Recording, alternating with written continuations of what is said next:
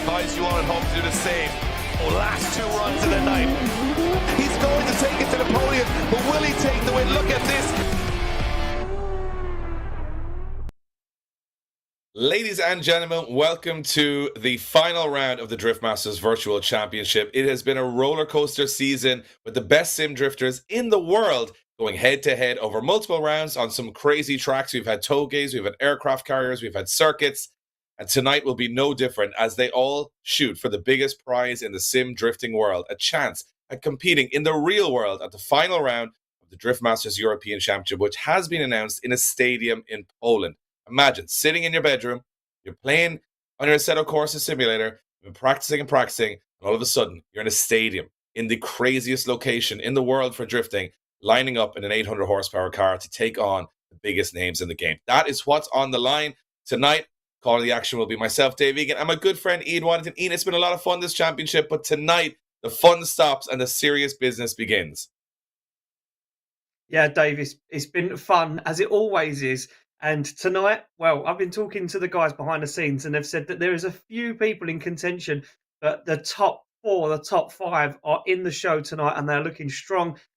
I'm just excited to see who gets to win the championship and who gets to drive that RentADriftCar at that final round in Poland.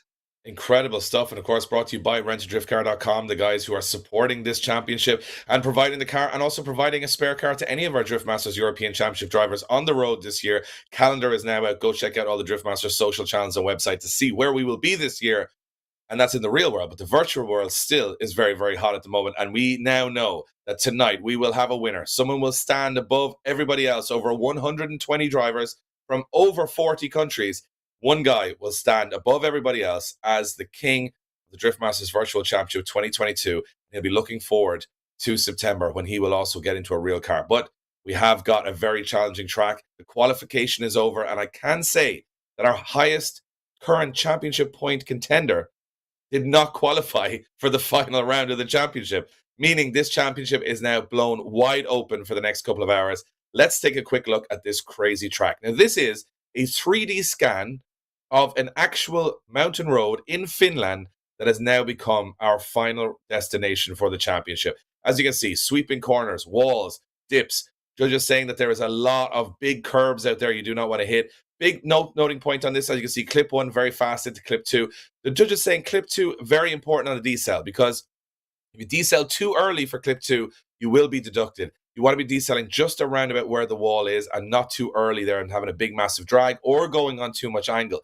And staying off the curb on clip 3, staying tight to the corner, full throttle from clip 3 all the way until clip 5, and then a decel into clip 6 for a beautiful last wall run all the way to the finish, where we expect bumpers on the wall, we expect door to door, we expect guys pushing each other across the line. It's going to be a flurry to the finish on this track for sure. Ian, it looks like a perfect track for twin battles, for a bit of risk reward. But what I do like about it is a lot of speed, which means any small error and you're going off the track, up a curb, into the wall, and out of the competition.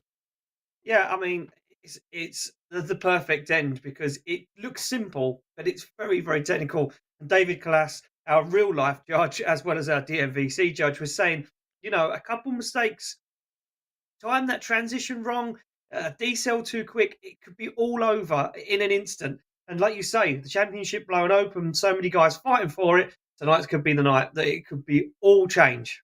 And I think my calculations are correct, and I am a poor man with math, as you know, I think there's probably about 12 drivers still in this championship that can win the championship tonight, which is what we love to hear, because as a casual fan and a commentator, you want it to go down to the wire. We're not going to be doing live math as we go because our brains would simply explode, but we will be trying to tell you as much as we can as it happens, who's in the chase, who's in the hunt. And after we finish everything tonight and we finish the podium, check our social media when all the points are calculated for who is the champion of the championship. To be honest, it could be anybody's. I'm excited to see cars come off the line. We love these incredible virtual battles. And these guys have been putting in some serious practice. Thousands of hours now into this championship. That's the big advantage of the virtual world as opposed to the real world is you don't have to count your tires and your fuel. You can keep practicing until you get it right. And these guys have spent almost the last week straight practicing. Well, let's see if all that practice has paid off. Here is your qualifying results. We're jumping in just after qualifying. And Alan Hines still in the championship hunt. had a slow start to the season, but now he comes out as a top qualifier. Ostrycha in the mix as well. Cameron Mustard in the mix. Poleski. These are all championship contenders. And they're still in the mix right towards the end. Some new names in there as well. We're going to probably have a few new stories from the final round when guys eventually, had a slow start, but now they want to finish with getting their name up there on the live stream. If you're watching on our Facebook or YouTube, give us a comment. Let us know where you're watching from in the world. We love to see your comments. We read them all. Here's how the top 32 is stacking up. Some very familiar names now to us, Ian, of guys that have been in this from the start. And if you think about it, you have a 1 in 4 chance of qualifying at each of the 4 rounds. And there's a lot of these guys that have qualified high at every round. They're going to be feeling pretty confident going in here. They certainly are, Dave. And I said, the top 4 are really the strong contenders. But yeah, as you say, mathematically, I think even down to 12th place can take the championship. But obviously, we know, Dave, those guys like Tikhon, Poleski are absolutely flying. Yakulovic as well is in the contenders. He's leading the championship at the moment. You can see how high up he qualified as well. It's going to be tight today, Dave, and I don't think anyone's going to give an inch. Everyone's going to be pushing 100% because they want to be that guy. Yeah, and everyone's going to be looking here at Poleski. You're going to be looking at Tatterson, Hines, O'Sullivan, Ostrycha, Craig Fulham, Goonan, Gardner. They're kind of all in that top 10 mix. And we start off with the man currently sitting in 5th place in the championship and your highest qualifier. It will be Alan Hines to start the battles as the highest qualifier. He will go up against the driver that's qualified in 32nd position, Strunikov. Strunikov's been pretty strong. He's sitting 18th in the championship at the moment, maybe a little bit far away for taking the title, but boy, would he like to take some names on his way to the podium, finish the season strong. Hines will be in the lead position. We're going to get a good look at this track from the off, Ian. I'm excited for this one. Yeah, so here we go. Comes down in that Pro Drift S15. Nice transition back. This is where it starts to get tricky. That front clipping point. There we go. Contact already. You can see how hot Strunikov went in there. Bumper to bumper transition. Gets himself into it. A little bit of wavering and wobbling on the back bumper. He goes on that Pro Drift S15 now. Time to transition right, but gets it wrong. Onto the wall. Almost writes himself completely off, but manages to. From the off, Ian. I'm excited for this one. Yeah, so here we go. Comes down in that Pro Drift S15. Nice transition back. This is where it starts to get tricky. That front clipping point.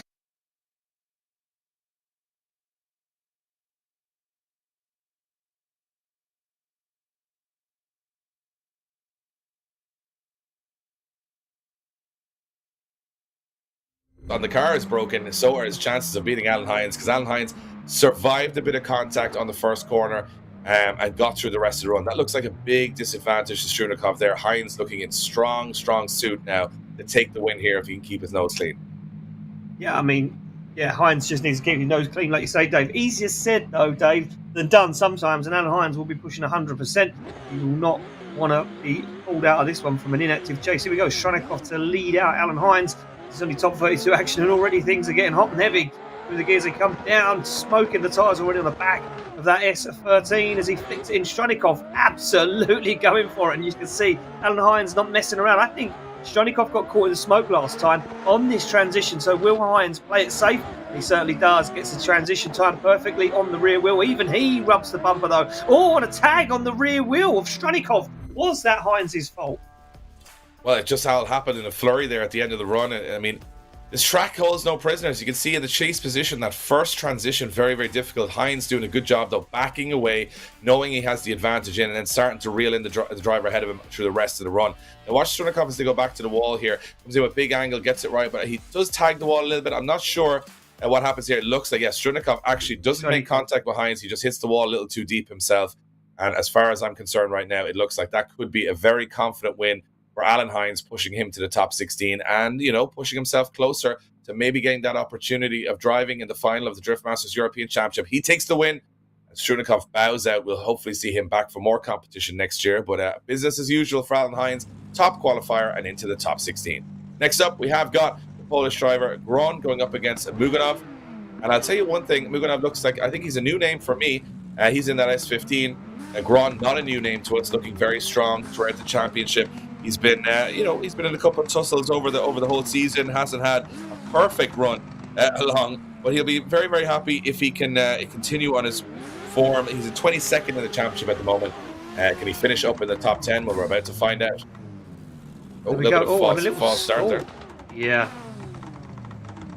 stalled up on the line, and I think Gronn instantly reacted to that. I think that, here we that go, back on the line. Yeah, may have been an issue at the start line. Light, but let's hopefully this time it's a little bit cleaner for both of these guys to get off the line. See Gronn moving a little bit beforehand just to make sure he's on the back bumper. Here we go. Yeah, there we go. Gronn now to chase down Muganov. Muganov, nice initiation. Look at Gronn though, shallows up, dives on the side immediately as Muganov fires on big angle through that front clipping point, shallows up again. Gronn, going for it, a little dig onto the door as they go for a transition back down. Here comes Gronn straight onto the side of the S15, no messing around as Gronn gets on the rear bumper and across the line. Wow, impressive stuff. And I think all from the off here, you can see Gronn's aggression on this transition. Plays it nicely though, doesn't go on big angle and then leaves the big angle for the slowing part at clipping zone 3. Very clever driving there. And then look at this, a little bit of contact, a little bit heavier than I would have liked to see. Pushed Muganov off the track a little bit and gets almost too close here at the end. But I think he'll get away with it and be rewarded for the proximity. And Muganov is still able to finish the run. Gronn looking very strong, very composed. But more importantly, looking very aggressive, which is what's entertaining to us, Ian. That's what we want to see, these guys pushing. It's the last round of the championship. No holding back now. Yeah, no holding back. Here we go. Swap them around. It is going to be Muganov to lead out. Gronn, Polish driver, looking very strong as he got in that lead position. Well, the damage is done now. Oh, and a full start again on that start line. So not sure what's going on there between these two guys. Back and reset. When they do get it sorted out, they're very entertaining. But it seems to be the toughest part is getting off the start line for these two guys. And a little too eager maybe at the moment to try and get themselves and not be left behind. And of course, that first corner comes in very fast. You've got to come off the start line. Short run in means that you've got to get that start absolutely perfect. And this time they have got the start perfect. Let's see how close Muganov goes on Gronn into that first corner. So here we go. Gronn comes down. Muganov not as close as we'd like to see him now. Starts to gain on that proximity. Fires a car in backwards. Big hit into the door as Gronn keeps a hold of it. Manages to keep the car under control. Stands on the accelerator once again. Muganov going to go for another dive up onto the side into this decel zone. It's his final outside zone. Full throttle from Gronn as he looks for the curb. And puts it on big angle across the line.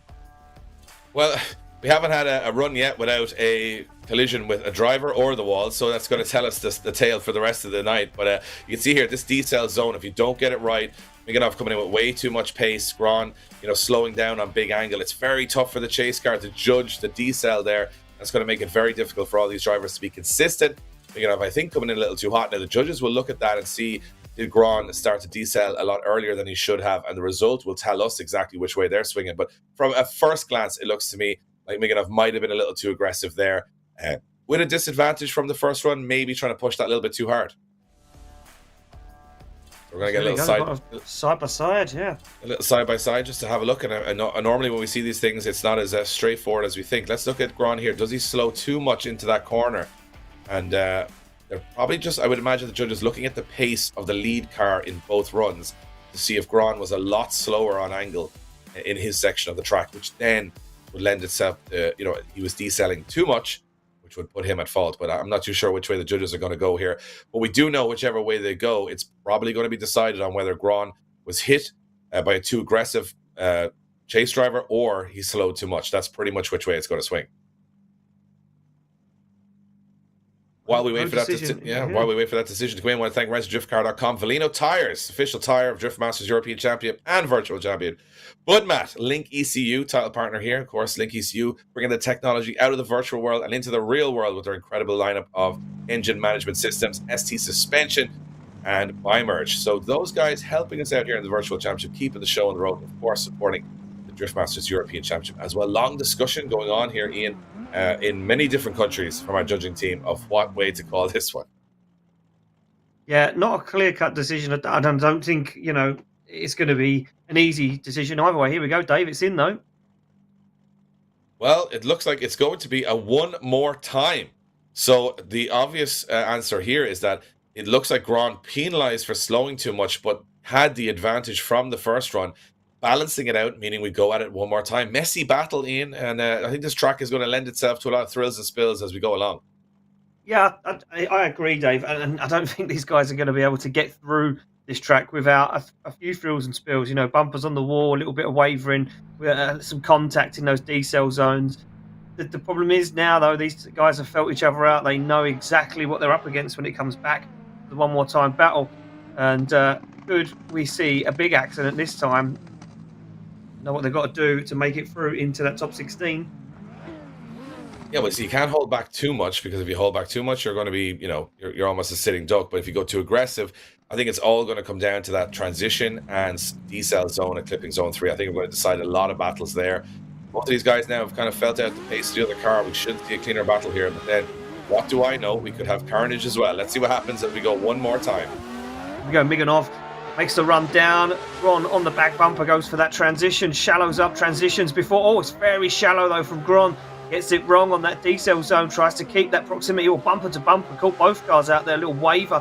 They come into that outside zone. Now down into the decel. No guys decide to break though as Gronn shallows up the angle, puts the front bumper onto the door as Muganov brings him across the line.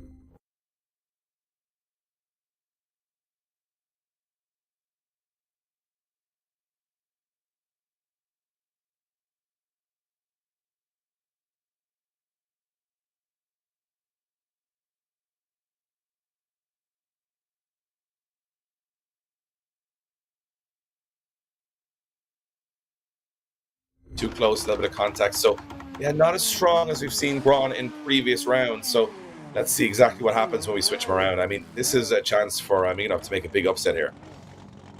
Yeah, so there we go. Guys back on the line. Nice wing camera shot there of Gronn's car. Now Muganov's opportunity to chase him down. I don't know if the judges are going to like that shallow angle in the chase position.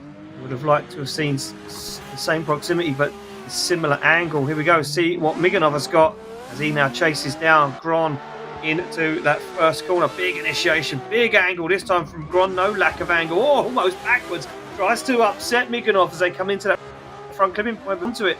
Big transition back, separation though as Muganov can't hang with Gronn this time. Goes for the transition back. Up onto the wall goes Gronn, and Muganov starts to find the front wheel, but just at the very end. Yeah, I mean, it's a tale of a very calculated, close chase run from Gronn, and looks like Muganov, look at this reverse.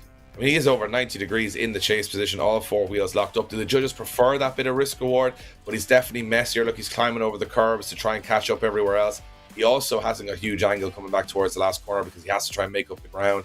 Scrappy from both of these guys again. Tough to call. Yeah, I think this one might be a little bit easier for the judges to decide on though, Dave. Oh no, here we go. Side by side again, so maybe not the situation as it may appear. I mean, look at the two different approaches there. Yeah. Completely opposite approaches from the chase driver into that section. You've got Muganov on over 90 degrees of lock, slowing down on the front brake and the rear brake. You've got, Gronn very calculated, but he's much closer everywhere else. Do they want to reward that chase driving that's a bit wilder, that just gets away with it? Or do they want that more calculated chase? We're about to find out. The thing is, Ian, at least the weather's nice. It's always nice in the virtual world. It's always nice in the virtual world. It's always nice in the virtual world. It's not always as nice in the real world. We've been to some pretty sketchy occasions during the real European Championship where we would have prayed for weather like this. And let me be honest, in some of those countries, those Budmat and LIQUI banners that you see there, they would not withstand the weather we've had in Riga, Hungary, and Poland in the past. So nice to see the weather is always nice. It makes us feel like we're getting closer to spring and summer. And let's see who's getting closer to the top 16. It's another one more time. Wow. It's just no separating these guys. And you know what? It's strange to me because it's not that, these guys have met each other with a very similar style and aggression, that they're just not separating each other. They're almost balancing each other off with completely opposite styles, which happens very rarely in drifting. So, I mean, they have to make a decision after the next two runs. And, yeah, who knows? I mean, we've had a mixed bag from these guys over 4 runs now. Let's see what happens here. Yeah, so here we go. Going at it again for the final time, one more time. Judges have to come to a decision this time. Lights go fully illuminated. They come off the line. Muganov to lead out Gronn once again as they come down. And now look at this, Gronn, oh, very close to that back bumper. Now starts to match the angle. Muganov doesn't run that shallow angle that he did before. You see him nosing on that S15, goes for an early transition, almost makes contact. They come into the decel, up into the wall, and then full throttle as they go bumper to bumper, wing mirror to wing mirror across the line. That's an exceptional chase run from Gronn. Left it all to the third one more time. And I mean, as you said, he could even be listening to the commentary, which is the unusual part of virtual drifting, but definitely fixed his lack of angle into clipping zone 3. If you talk about mirroring the lead car, he was almost timing his transitions absolutely in sync with lead car all the way through.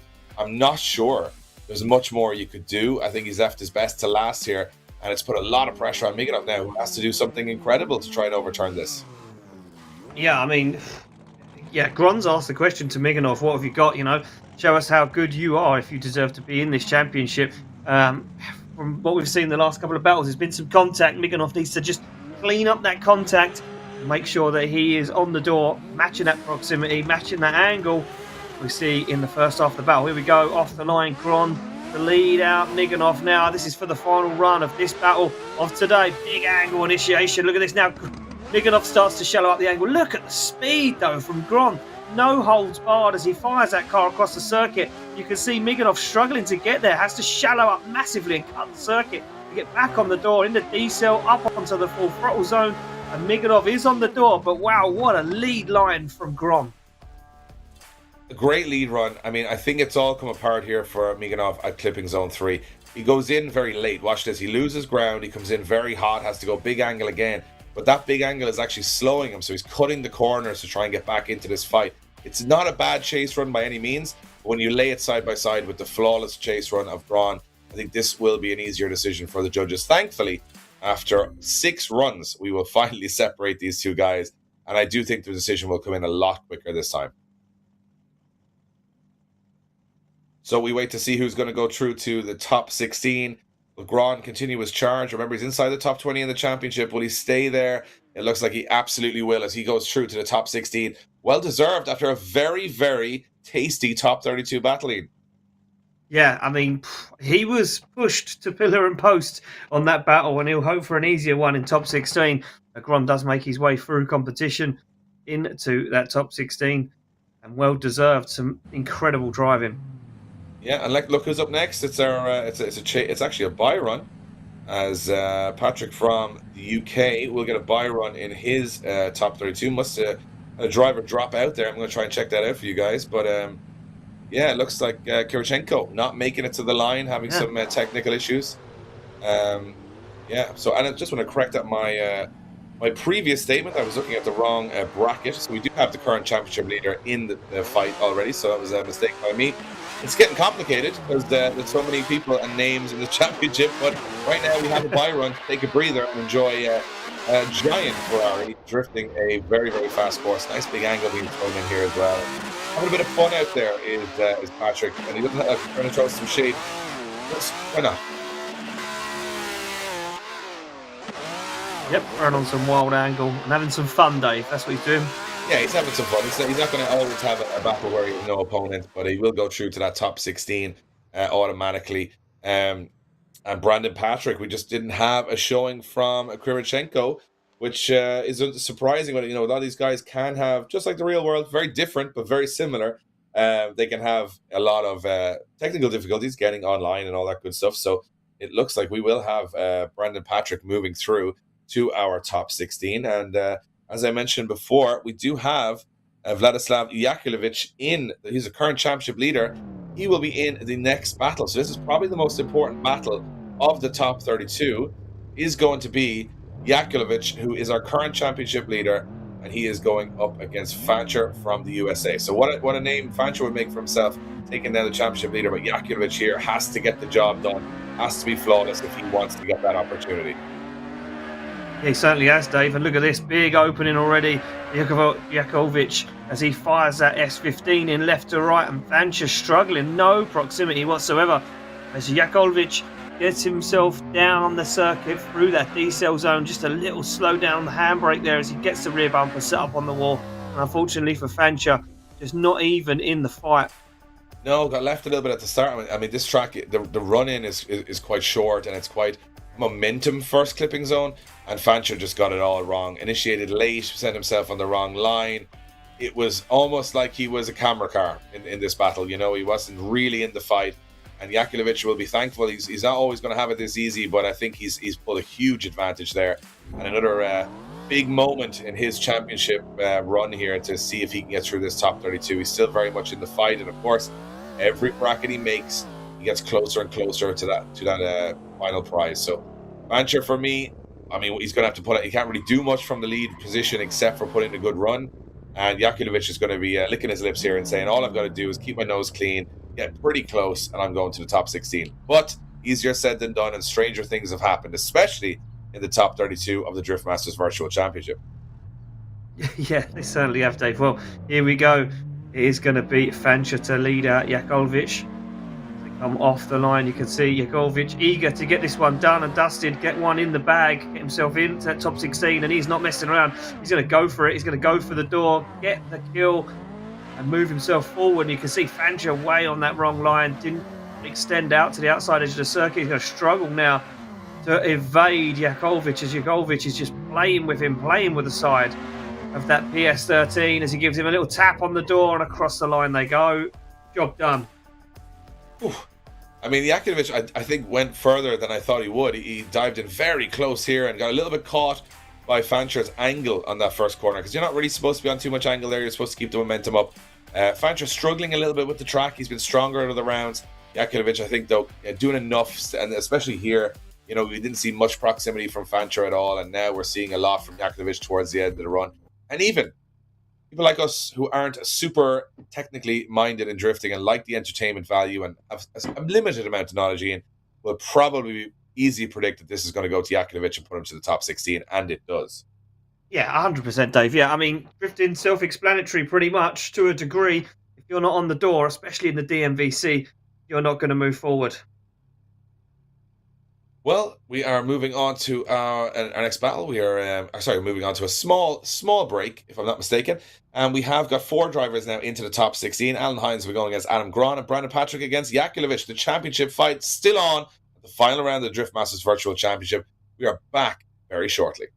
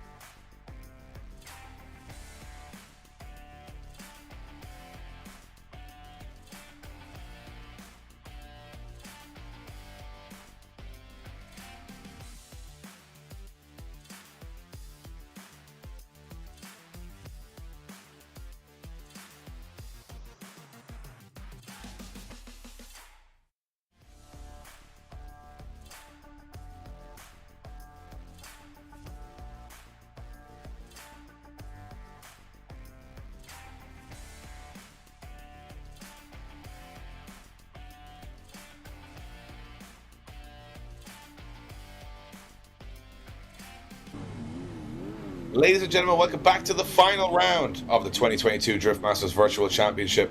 We are in the thick of the top 32. The championship contenders are still in the hunt, but how many of them will still be in the hunt at the end of this top 32? One of them is Craig Fulham.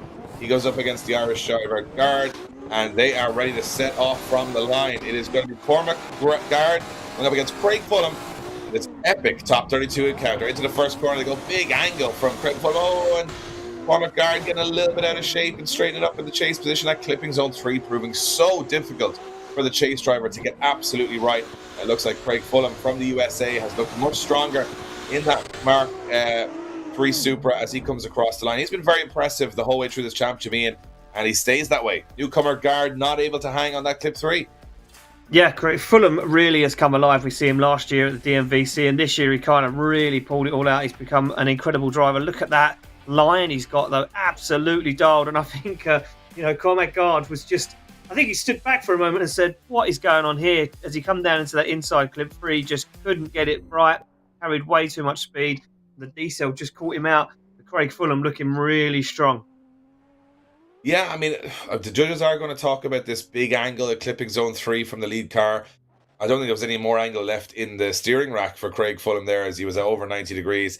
He did keep, momentum there. So, I mean, the judges are going to have a tough time deciphering that right throughout the competition.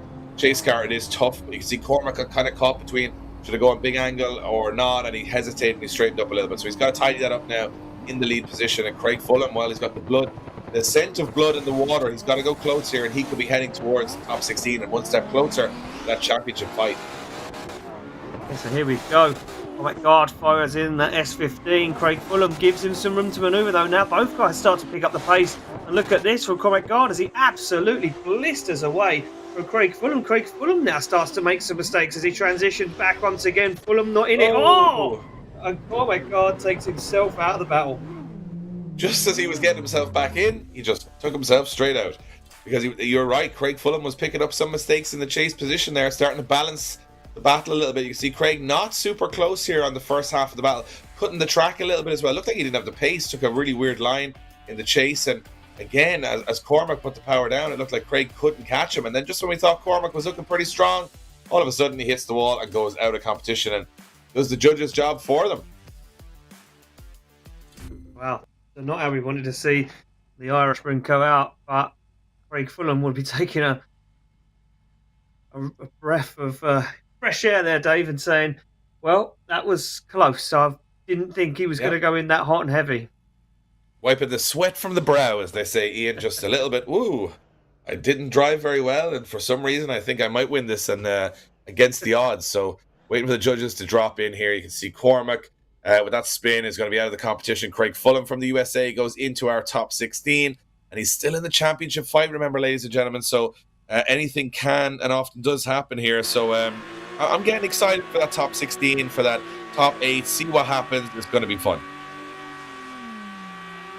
Yes, certainly are, Dave. We go back to the start line. Oh, sorry.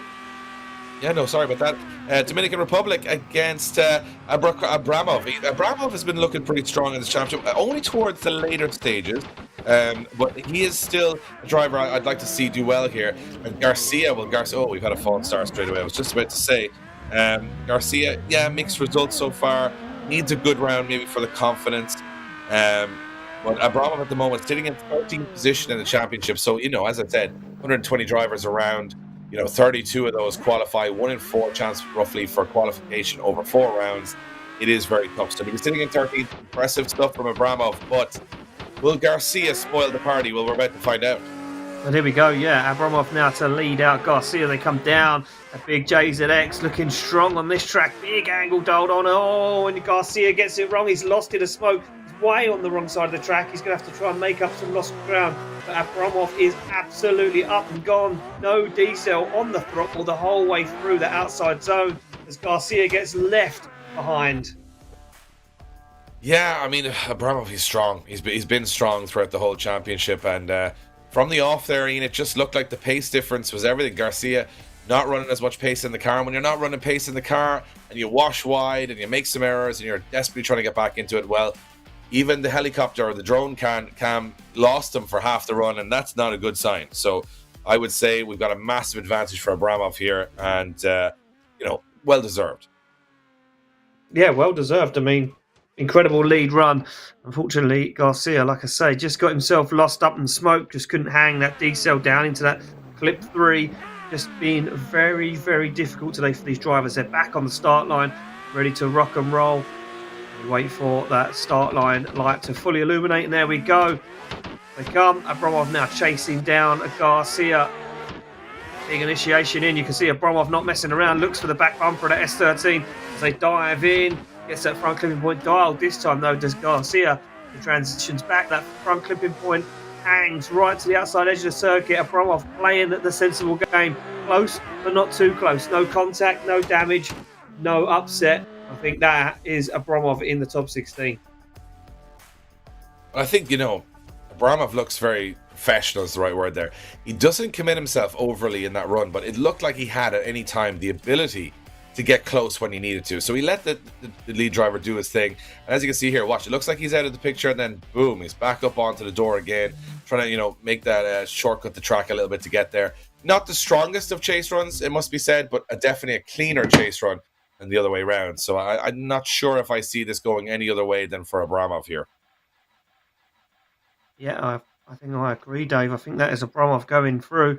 Here we go. Decisions in, and it is unanimous. Abramov makes his way in to the top 16. Unfortunately, the Dominican Republic driver, Garcia, goes home.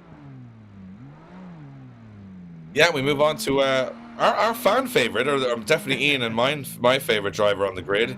It is going to be Wong Fu, which means that we can say it now finally perfectly at the last round, Ian, because we've been working on this.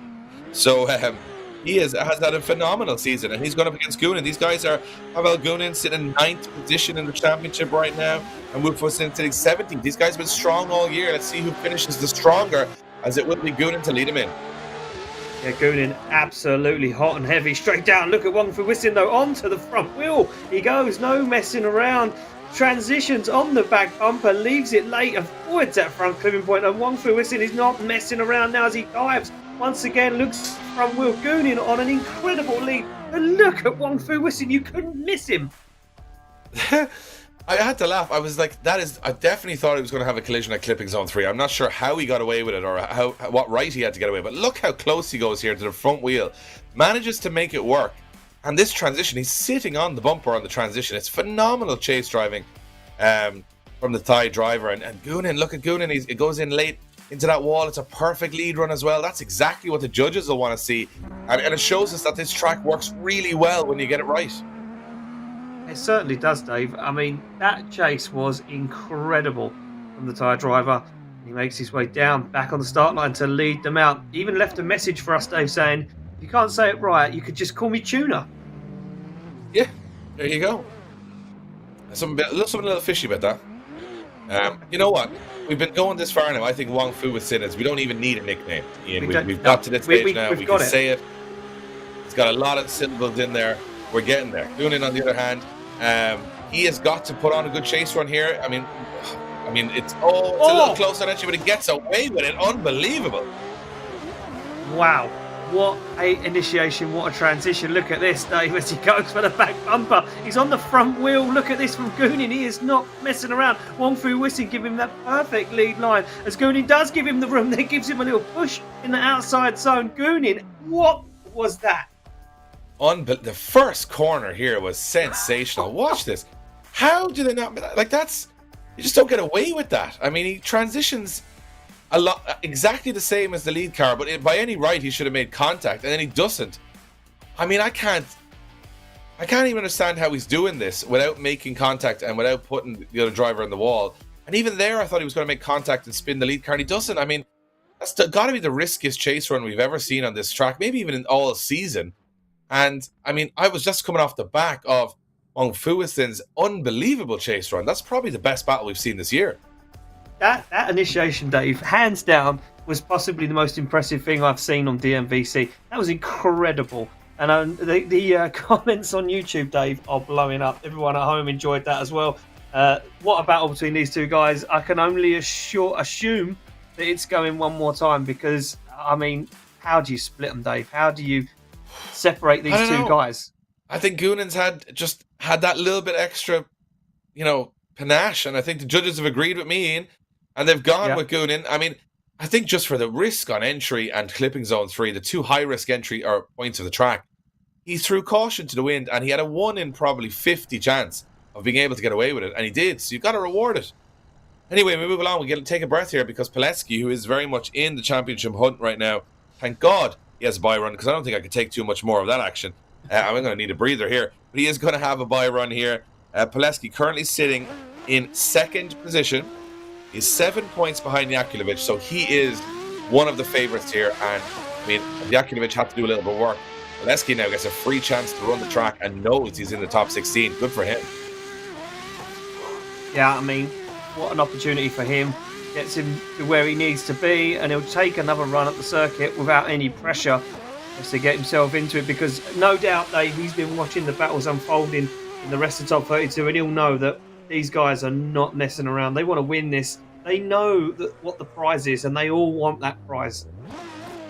Absolutely, Ian. You couldn't have said it better myself. And I mean, I know these guys are taking it battle by battle, run by run, but let's be honest, it's got to be in the back of your head, the pressure of these guys, you know, knowing that what's at stake here, a real chance to become a real European top-level driver is, you know, an opportunity anyone in the world of drifting would like, and one of these guys will get it. Anyway, we'll move along. We're getting through our top 32. The big names are in there, but who will join them, we'll find out soon.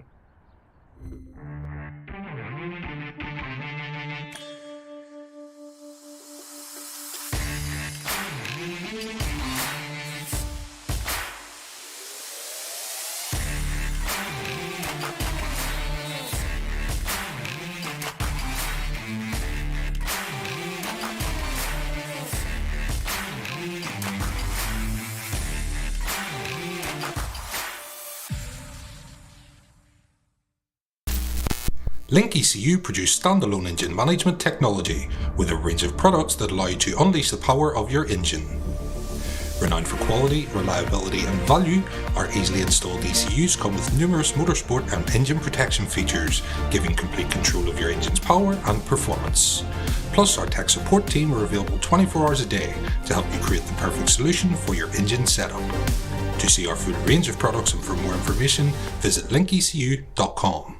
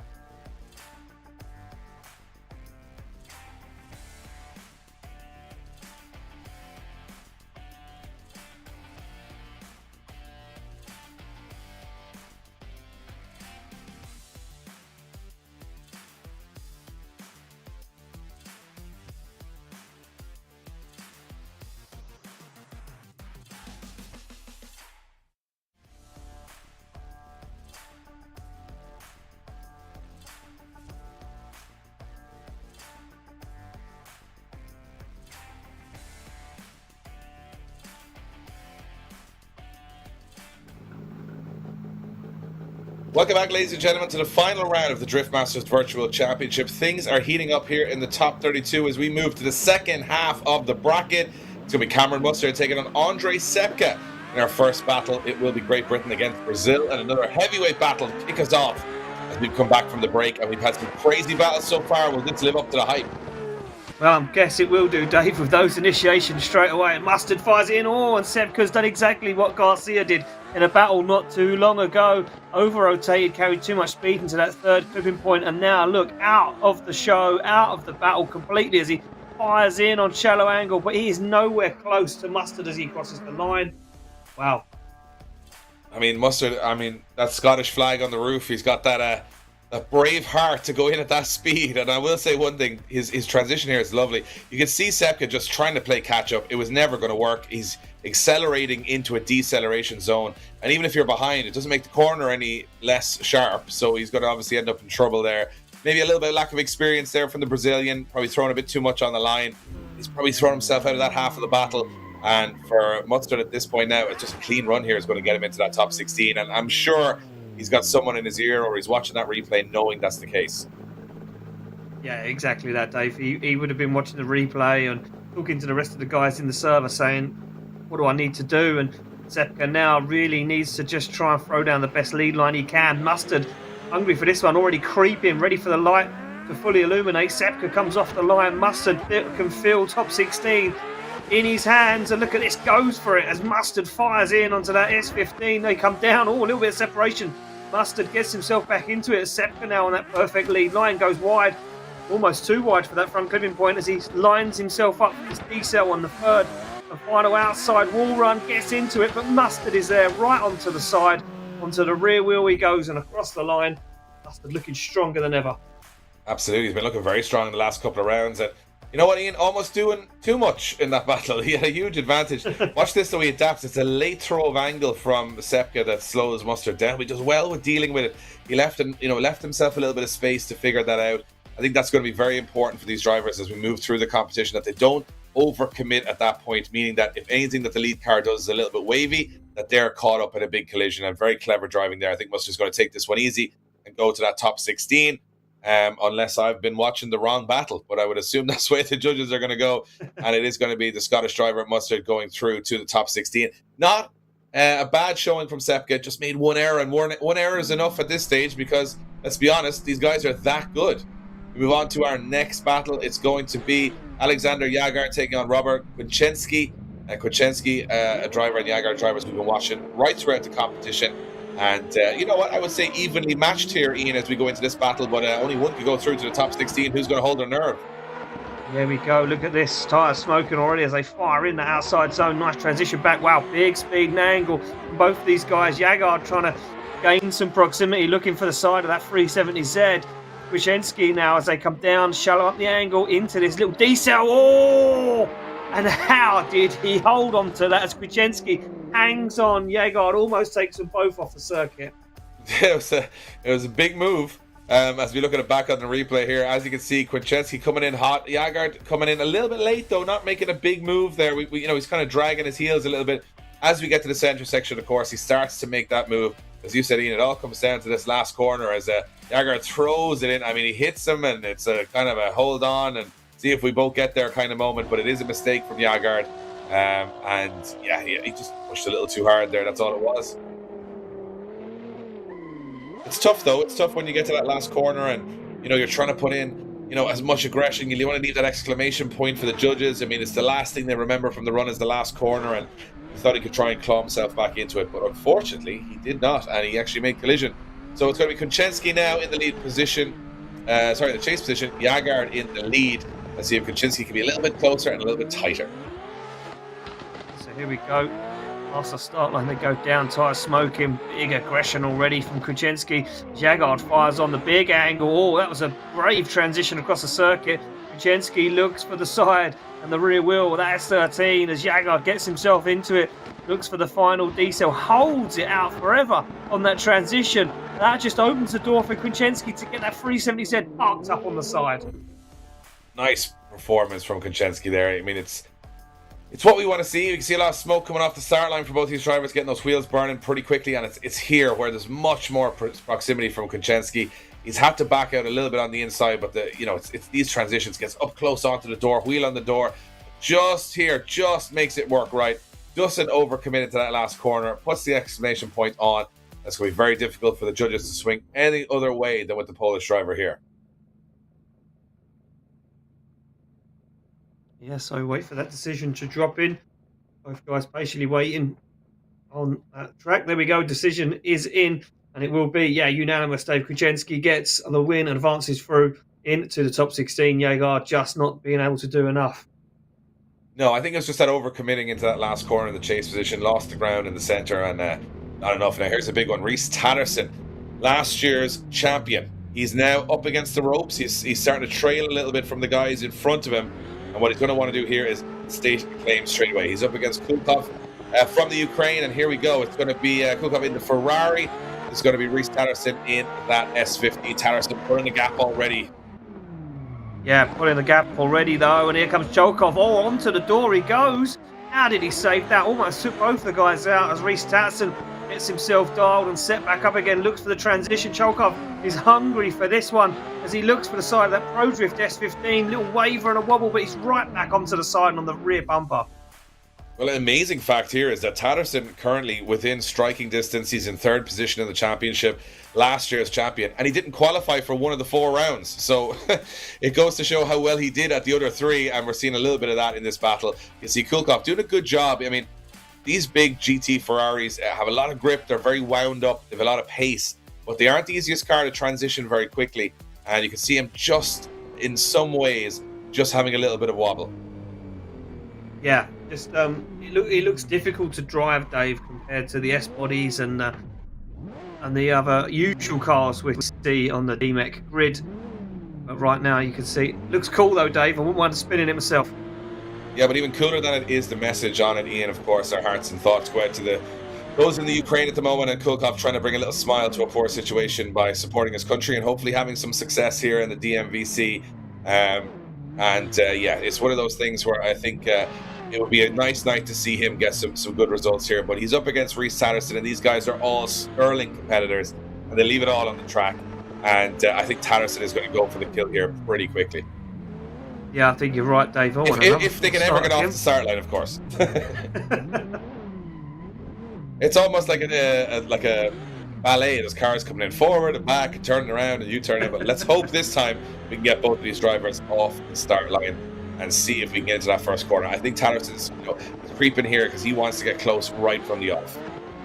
Yeah, you're right, Dave. He does. He wants to get close to the off. Look at that Ferrari smoking the tyres already all the way down the start line. Look at Tatterson, though. That transition didn't almost make sense. Oh, and Tatterson's made a big mistake there. Didn't decel. You can see the way the car wavered across the circuit. Oh, Tatterson in trouble again. There's Kolkov shallows up the angle. Now starts to drive away. Kolkov into the outside zone. Tatterson not on the door. The Kolkov hammers across the line. Wow. It's a strange one because if you look at Kolkov here, he's got some weird angles going on. Like on the first corner here, he puts on a lot of angle there. Tatterson goes in, and when he drives on the decel, has to lock up very late. Leaves it very late. That's a mistake from Tatterson. But here, Tatterson goes for the door, but watch, a bit of a straightening from the lead car. Not a lot of angle there, which Tatterson was caught by. Now, was it Tatterson's fault? Was it Kolkov's fault? The judges decide that. Thank God we don't have to, because it's very tough in those situations to know who's in the right and the wrong, because again, Tatterson making 2 dives and not making them work, but was the lead run good enough? So we're going to see a side-by-side here. We'll remember Tatterson getting a lot of an advantage from his lead run here, not a lot of pressure from Kolkov until we get to clipping zone 3. A little bit of contact, a little bit of a waver there as well. It's a bit of a messy battle for both guys. Yeah, it's not as clean as what we thought it might be, Dave. And as you can see on the side-by-side, some errors here and there, but I'm not sure which way this would swing. Maybe one more time to get it cleaner, try and decide a fairer winner of this battle. Well, the judges are going to have to decide, and I'm sure they're totting up from the technical point of view. And of course, all these drivers have been briefed at the start of the day of what the judges want to see in tandem and in single runs. And I think it's going to weigh up on who made the bigger mistakes here. That's what I think they're having the discussion on. We obviously can't hear them, but I assume that's what they're talking about. And it is going to be a one more time. I think it's probably the fair call, Ian. Nothing too special from from either driver, and a lot of mistakes. Yeah, a lot of mistakes, and I just don't think there was enough in it to separate them, Dave, if I'm honest with you. Good proximity from Kolkov. Unfortunately, not the same from Tatterson. Time to switch them around, get back to it. Yeah, so let's see which way it stacks up. I mean, we always know in a one more time, we do see a push, from both drivers. Any errors they've made, they've obviously had a chance to look back on their runs. It's always nice in drifting to, everything happens in a split second. But if you do get that chance to do it again, you do learn a lot from watching back what you've done before. From personal experience, I think that's the most you'll ever learn, is watching yourself and the criticisms from the judges and the commentators. And both of these guys will now go into this a lot more settled, but also a lot more, I think, committed and hopefully cleaner. So here we go, off the line, down through the gears, side-by-side initiation, this time bumper to bumper. Whoa, wow! Reese Tatterson backwards through that third clipping point. That didn't even make sense as he fires up onto the outside zone. Kolkov had to hold his breath for a moment there. Now looks for the side of the ProDrift S15. Back on throttle they go and across the line.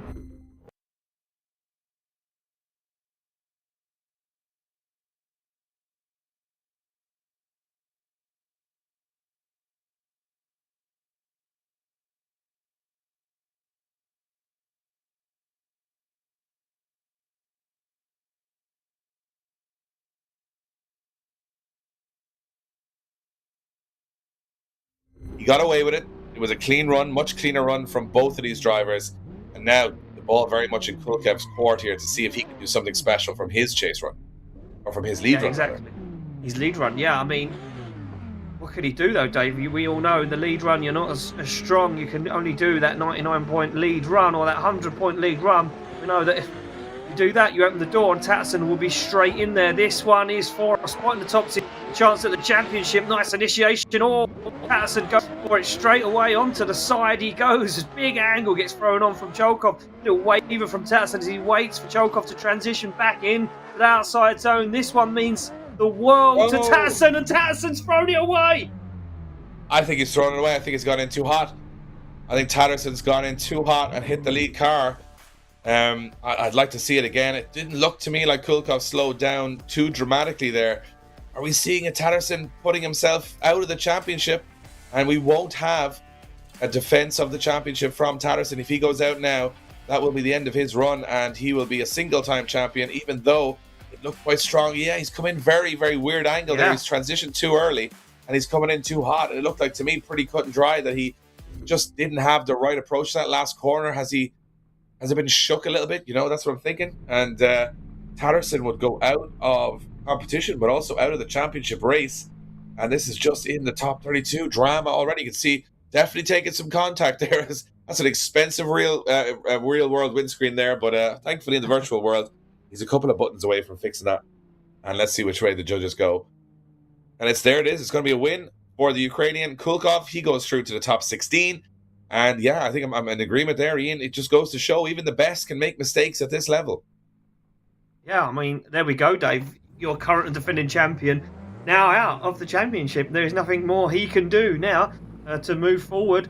Seeing that the rest of the guys higher than him in competition travel further forward, so that is it.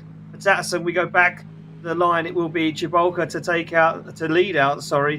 chase down, Zach O'Sullivan. Caught up in the moment. Need to get myself back in the zone. Here we go. Mark IV Supra versus that PS13. Zach O'Sullivan, big flick initiation. That Mark IV Supra doing good things. Oh, backwards. In comes Cybolka. He almost takes them both out of competition. Transition back from O'Sullivan as he gets himself set up nicely. Looks for that little decel. Slows the car down. Gets back into the zone again. Cybolka looks for the side of that Supra. Across the line they go. Nice lead line there from Zach O'Sullivan. Yeah, I mean, Zach O'Sullivan, he's smooth. That's probably the best way to describe his style. Anything but smooth from the chase car, Sepka. He absolutely fires in on massive angle in the chase. But that lead run from O'Sullivan, it lent itself to a great chase run. Very smooth, very consistent with his speed. I'll tell you one thing, he's sometimes Zach O'Sullivan is just a straight cold killer when it comes to those lead runs. Colder than the other side of the pillow, Ian. And He is just a guy, you know, doesn't make very many mistakes. He's quite smooth. He's very much within his comfort zone. Reminds me a lot of sort of a James Dean lead run, you know, in the real world, where it's like, you know, he's in his comfort zone throughout it, which is a good sign for a driver here early in the competition. Cybolka throwing some moments of madness in there, throwing some moments of brilliance, but also some mistakes to see if he can turn the tide here in the lead position. Sullivan's got to go close. Yeah, he certainly has, Dave. I thought it was a PS13. I was mistaken. It was an S15 of Cybolka's as he comes down. Big angle that almost upsets O'Sullivan. So O'Sullivan waits for that transition, then times it perfectly to look for the side. Cybolka's S15, he transitions back.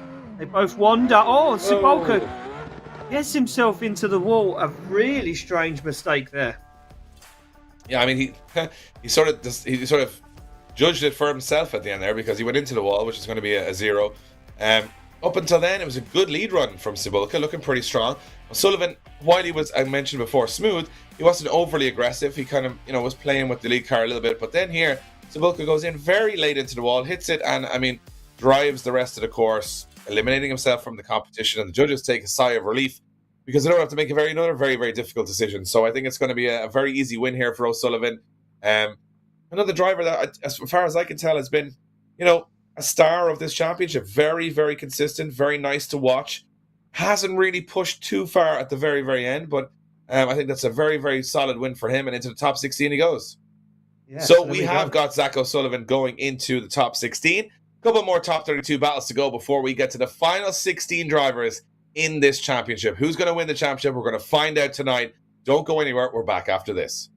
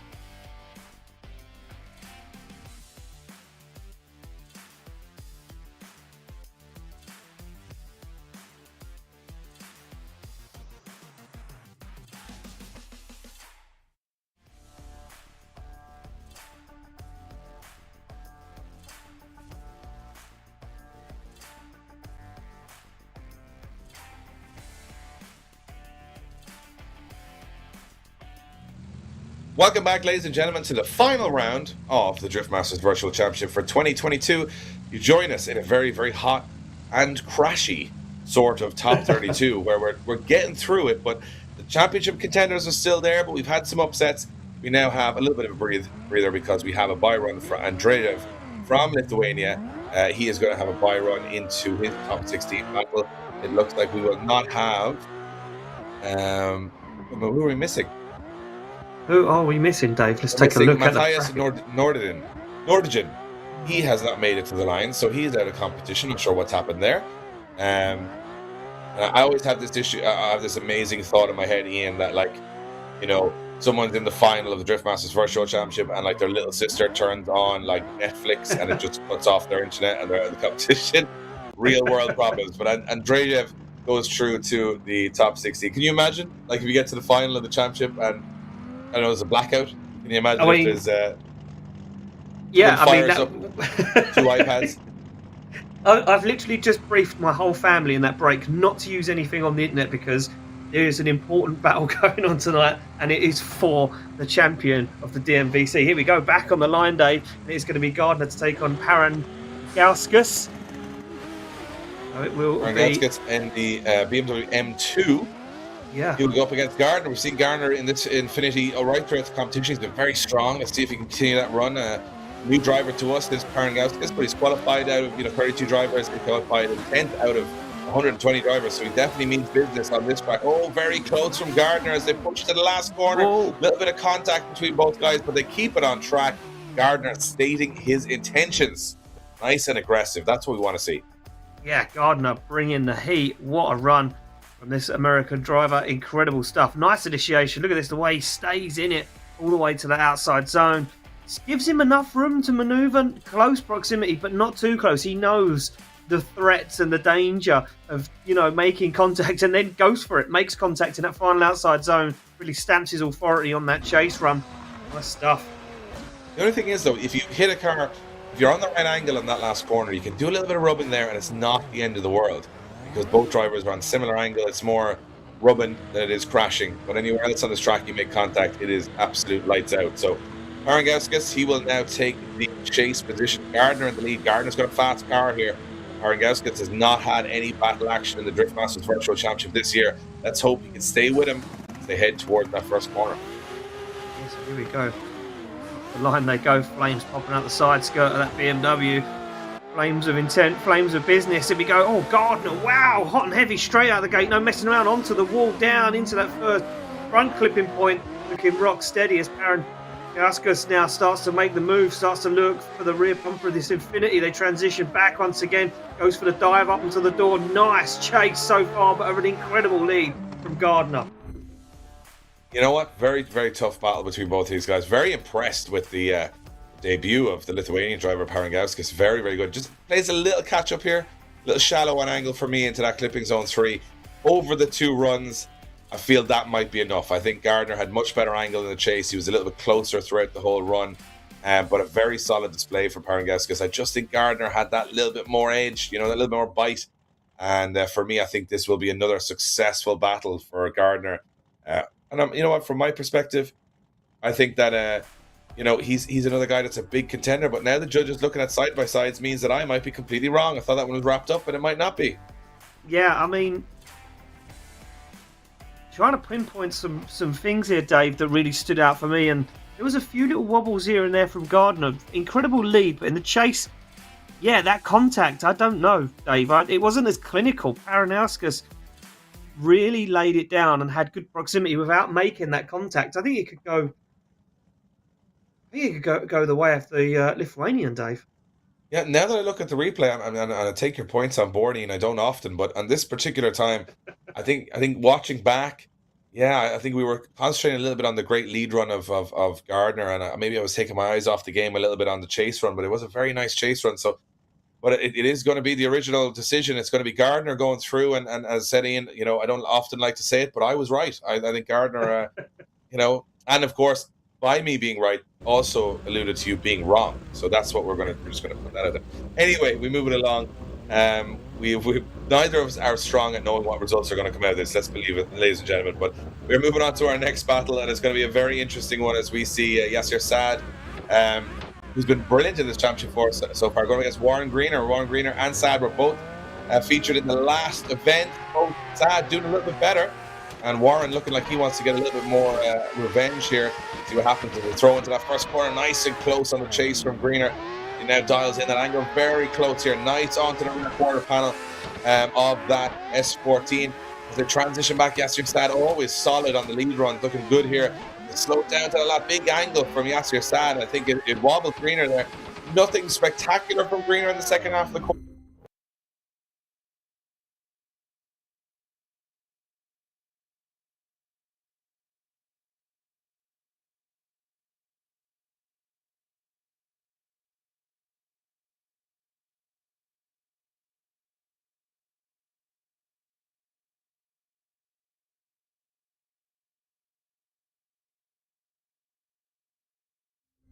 Advantage of that and really stamped his approval, and he's authority on that lead. I think Greener really needs to lay down an incredible lead, even better again. Well, I know you haven't been keeping up on the championship positions here, Ian, because I have the stats in front of me. But here's an interesting one for you. Yasir Sad, sitting 11th in the championship right now. He could jump into this top 10 very quickly with performances like this. And that's, a top 10 finish here. Put yourself as one of the top 10 sim drifters in the world. That's not a bad evening's work for a Saturday. So let's see if he can dial it in now in the chase position. Greener's got to keep it solid, keep it consistent here. He's sitting 24th in the championship. I mean, this is where these guys want to end up as high as possible, just for the bragging rights. Even if you don't win the championship, top 10, top 20, it's a big bragging right for these guys to say they're, top 10 or 20 drivers in the world of virtual drifting. So let's see what happens on the second run. Yeah, so here we go. Warren Greener brings it down. Oh, Yasir Sad goes for the back bumper, almost makes a contact on initiation.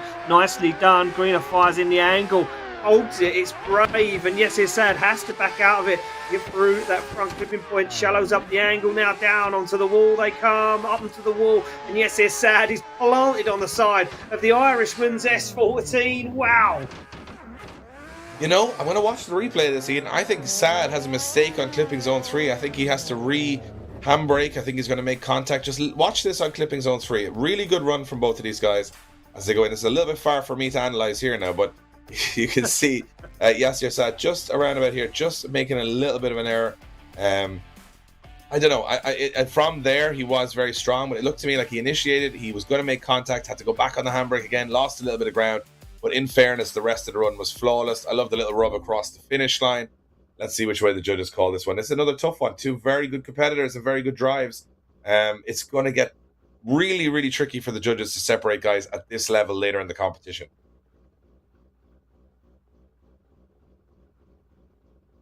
So it must be a tough decision for our judges. Still not completely decided on this one. I wonder if they'll go to a side-by-side replay to try and analyse it even more. Well, we wait patiently because we should. Because those guys don't make decisions. You won't rush those judges, Ian. You won't rush them. No, they you know won't.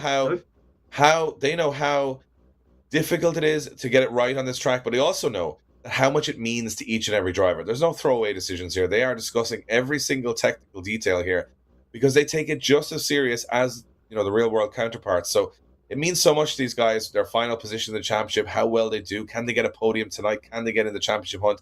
All of that stuff means so much that these guys are taking their time to make sure they make the right decision.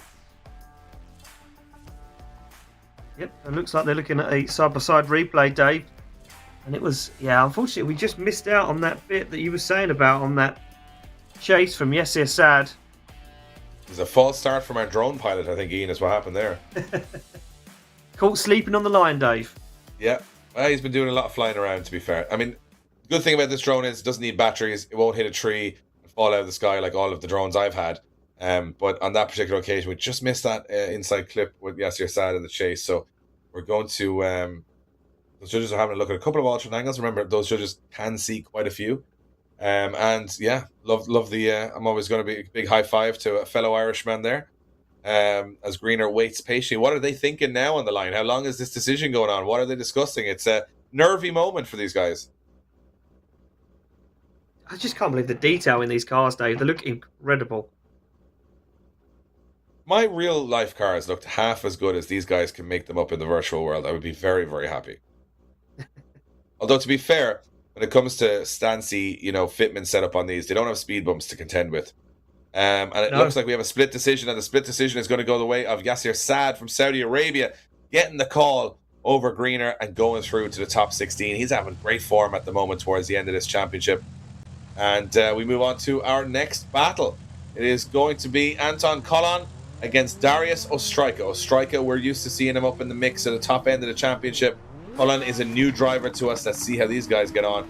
We'll know Ostrycha, Lithuanian, driving in the similar livery of his fellow Lithuanian driver in the European Championship, Benediktas Cherba. Let's see what happens as they throw into this first corner. Last battle of the top 32. Yeah, here we go. Look at this from Ostrycha. Nicely done. But Kolon not messing around. Playing with the Lithuanian at the moment as he transitions before him. Looks for the side of that E92 Eurofighter as they transition back once again onto the wall. Oh, but Kolon out of the groove, out of the pocket. Ostrycha takes him home across the line. How good has Ostrycha been over the last couple of rounds? He's been pretty flawless, getting himself up towards the podium positions.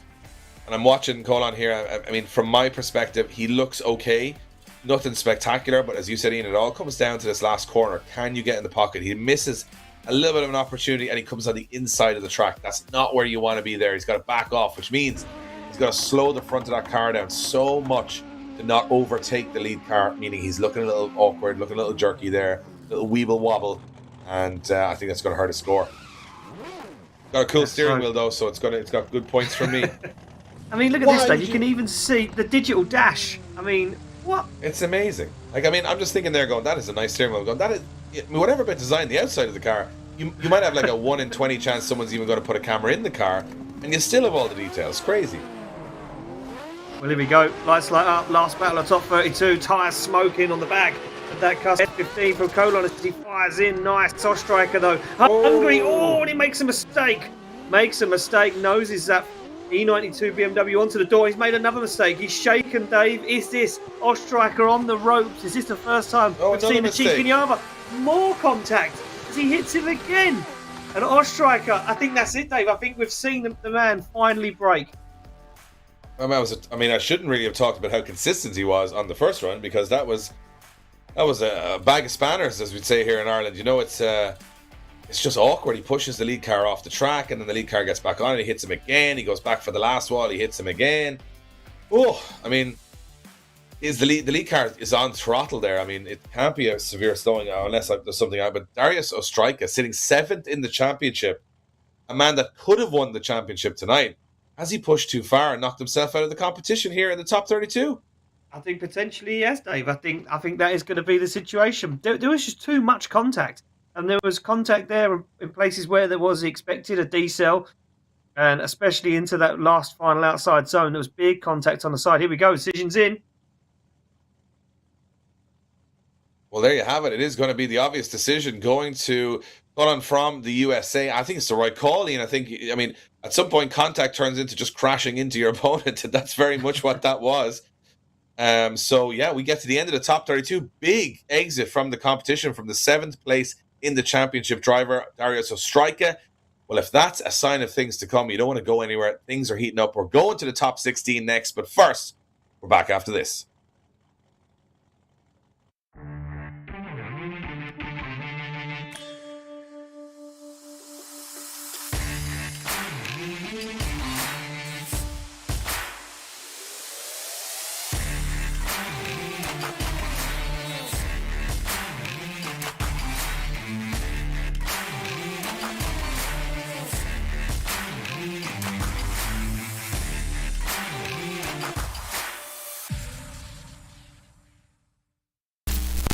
LIQUI.EU produce standalone engine management technology with a range of products that allow you to unleash the power of your engine.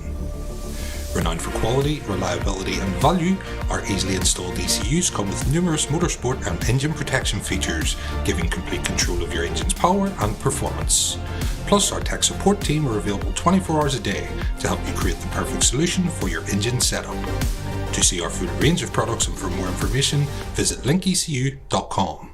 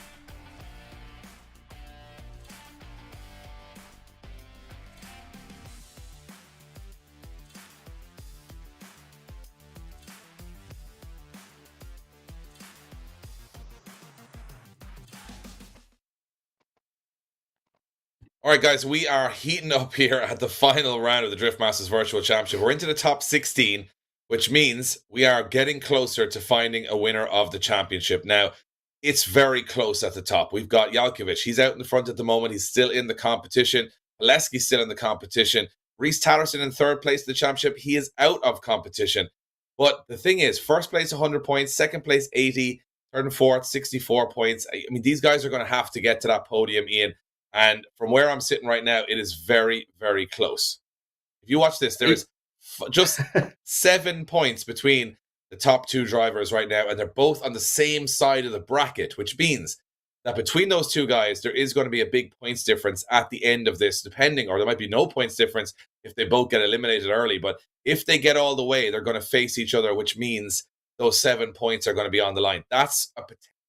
Alan Hines, though, he could upset the apple cart here. He's got 150 points at the moment. He's 36 behind, which would mean he'd need Poleski and Yakulovic to go out top 16, top 8, and he goes all the way to win.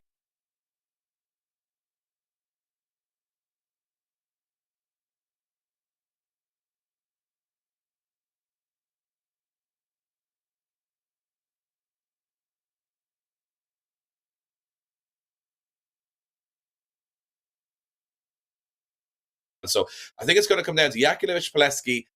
They've got the definite favorite here. Tatterson's out of the running. Hines is a bit behind here, but there's still points on the table. Zach O'Sullivan and Craig Fulham, probably your outside choices. Maybe Pavel Goonan just on the end there. That's where I think this is at the moment. And as from my perspective, it's going to be a real tough battle for all these guys. But it starts off with the man clawing back the points, which would be Alan Hines. He goes up a very on-form Gronn. His top 32 battle was spectacular. And he had to work really hard to get through it of a 3-1 more time. So Alan Hines now will have to get the job done here to even put a cat amongst the pigeons of those two top leaders in our championship. So here we go. Hines against Gronn. Hines up against it. Can he put a show on? Well, here we go, Dave. I mean, the pressure now starts to amount in ways you couldn't even imagine for these drivers.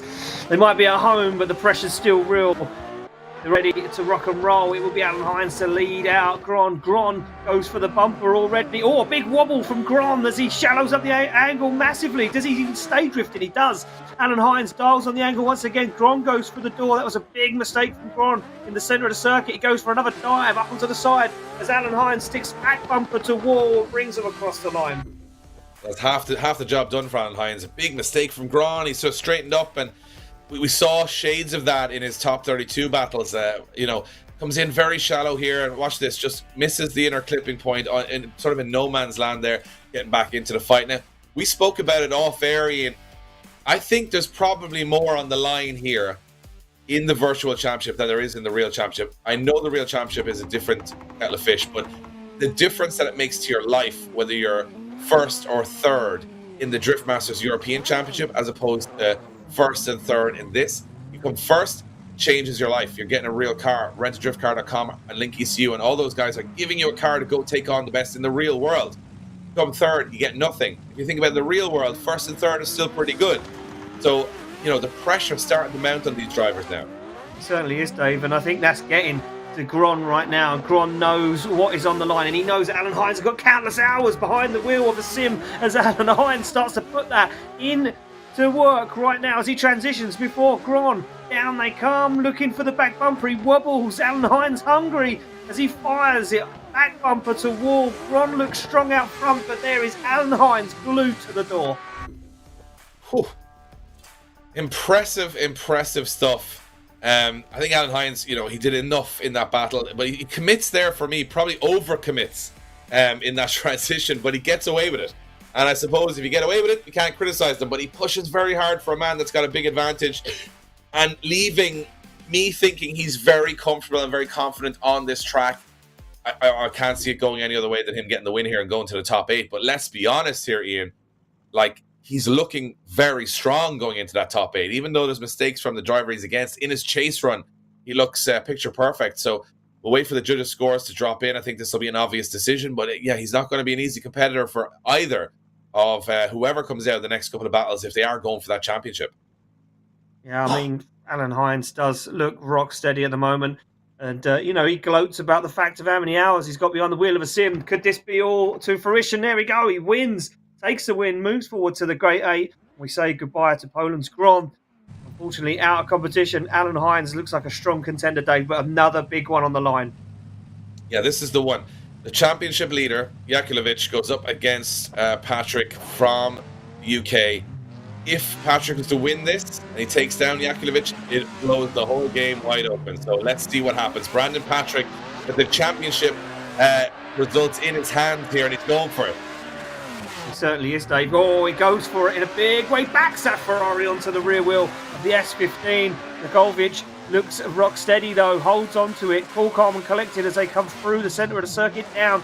D-Cell. Oh, wow. Patrick. D-Cell on point. Timed perfectly onto the door. That was a masterclass, Dave. That was the craziest chase run I've ever seen. Watch the chase car here in terms of angle. He throws, how? Do you even get away with that? And you think that's the end of that. And he's back on the rear bumper as they come out of the corner. Phenomenal stuff. Entertaining, sure. Technically brilliant. The questions will be asked. But from my perspective, Yakulovic doing a great job in the lead run. We expect that from him now, our championship leader. But you know what? He's not having an easy time here. Hines, I think, having a little bit of an easier time against Gronn than he's against Brandon Patrick. And Brandon Patrick laying down a marker there. Yeah, Brandon Patrick knows what it means. He knows that, you take out the championship points leader. This is a big move forward in this championship. He might not be in the standings to win it, but he could definitely make a move right now. Brandon Patrick sits in that lead position. Yakulovic to chase him down in that S15. They come off the line. Yakulovic needs this to keep his head above water at the moment. He's absolutely hungry for it as he looks for that Ferrari. Oh, Brandon Patrick almost makes Yakulovic, forced him into an error as Yakulovic transitions through the smoke onto the front wheel. Wanders up the side. Look at the way he transitions that S15 up the side of the Ferrari onto the wall they go. No proximity there. Dives back into it. And that is it. That's all she wrote for that battle. Well, where do we start and finish here? Because the initiation from Patrick is solid. Not major aggression from Yakulovic. Now watch this. He gets a little bit caught up here. Misses the inner clip in the chase position. It's a little sketchy from the chase. He's up on the curbs there as he goes through. This is a nice transition. But as you mentioned, Ian, at the last corner, brakes. Doesn't get right up onto the door there just until the end. So maybe a chink in the armor for Yakulovic, because he's been so solid all championship, and out of nowhere in this Ferrari, Brandon Patrick making some big moves here. They're going to have to look at this on a side-by-side. First thoughts, Ian? Oh, you're putting me in the limelight there, Dave. They both made the similar initiation. But for me, Yakulovic made a mistake there as he goes for the side of that Ferrari again. I'm trying to compare side by side, quickly flicking between the two views. I'm going to say Brandon Patrick looks like the stronger driver, Dave. Putting it all out there. That would be an absolutely massive upset. But, there is mistakes on both sides. But let's see which way it goes. And it's going to be one more time between Yakulovic and Patrick. I think because we were so divided ourselves, I think that's probably the right call. I think just, seeing these guys go back at it again is probably the right call. A lot on the line. A lot on the line for this battle. Big pressure. The championship race heating up. Oh, the adrenaline's starting to build. A very famous phrase in Ireland is, it only matters when it matters, right? And this really matters right now because these guys are defining their championships. Up until now, it's, win or lose, it's kind of, oh, great, or whatever, or, it's names and numbers. But when it comes down to full championships, when it comes down to life-changing prizes, it matters. It certainly does, Dave, and it matters more now than it ever has before for Yakulovic as he comes off the line to lead out Brandon Patrick once again. And this time he's not letting Brandon Patrick get near him. He absolutely drag races away. And now Brandon Patrick has to play a game of catch-up, looking for that S15. He tries a move, but it doesn't work, and he finds himself a position on the circuit. He's lost that proximity as Yakulovic now starts to come alive, like we've seen for the rest of the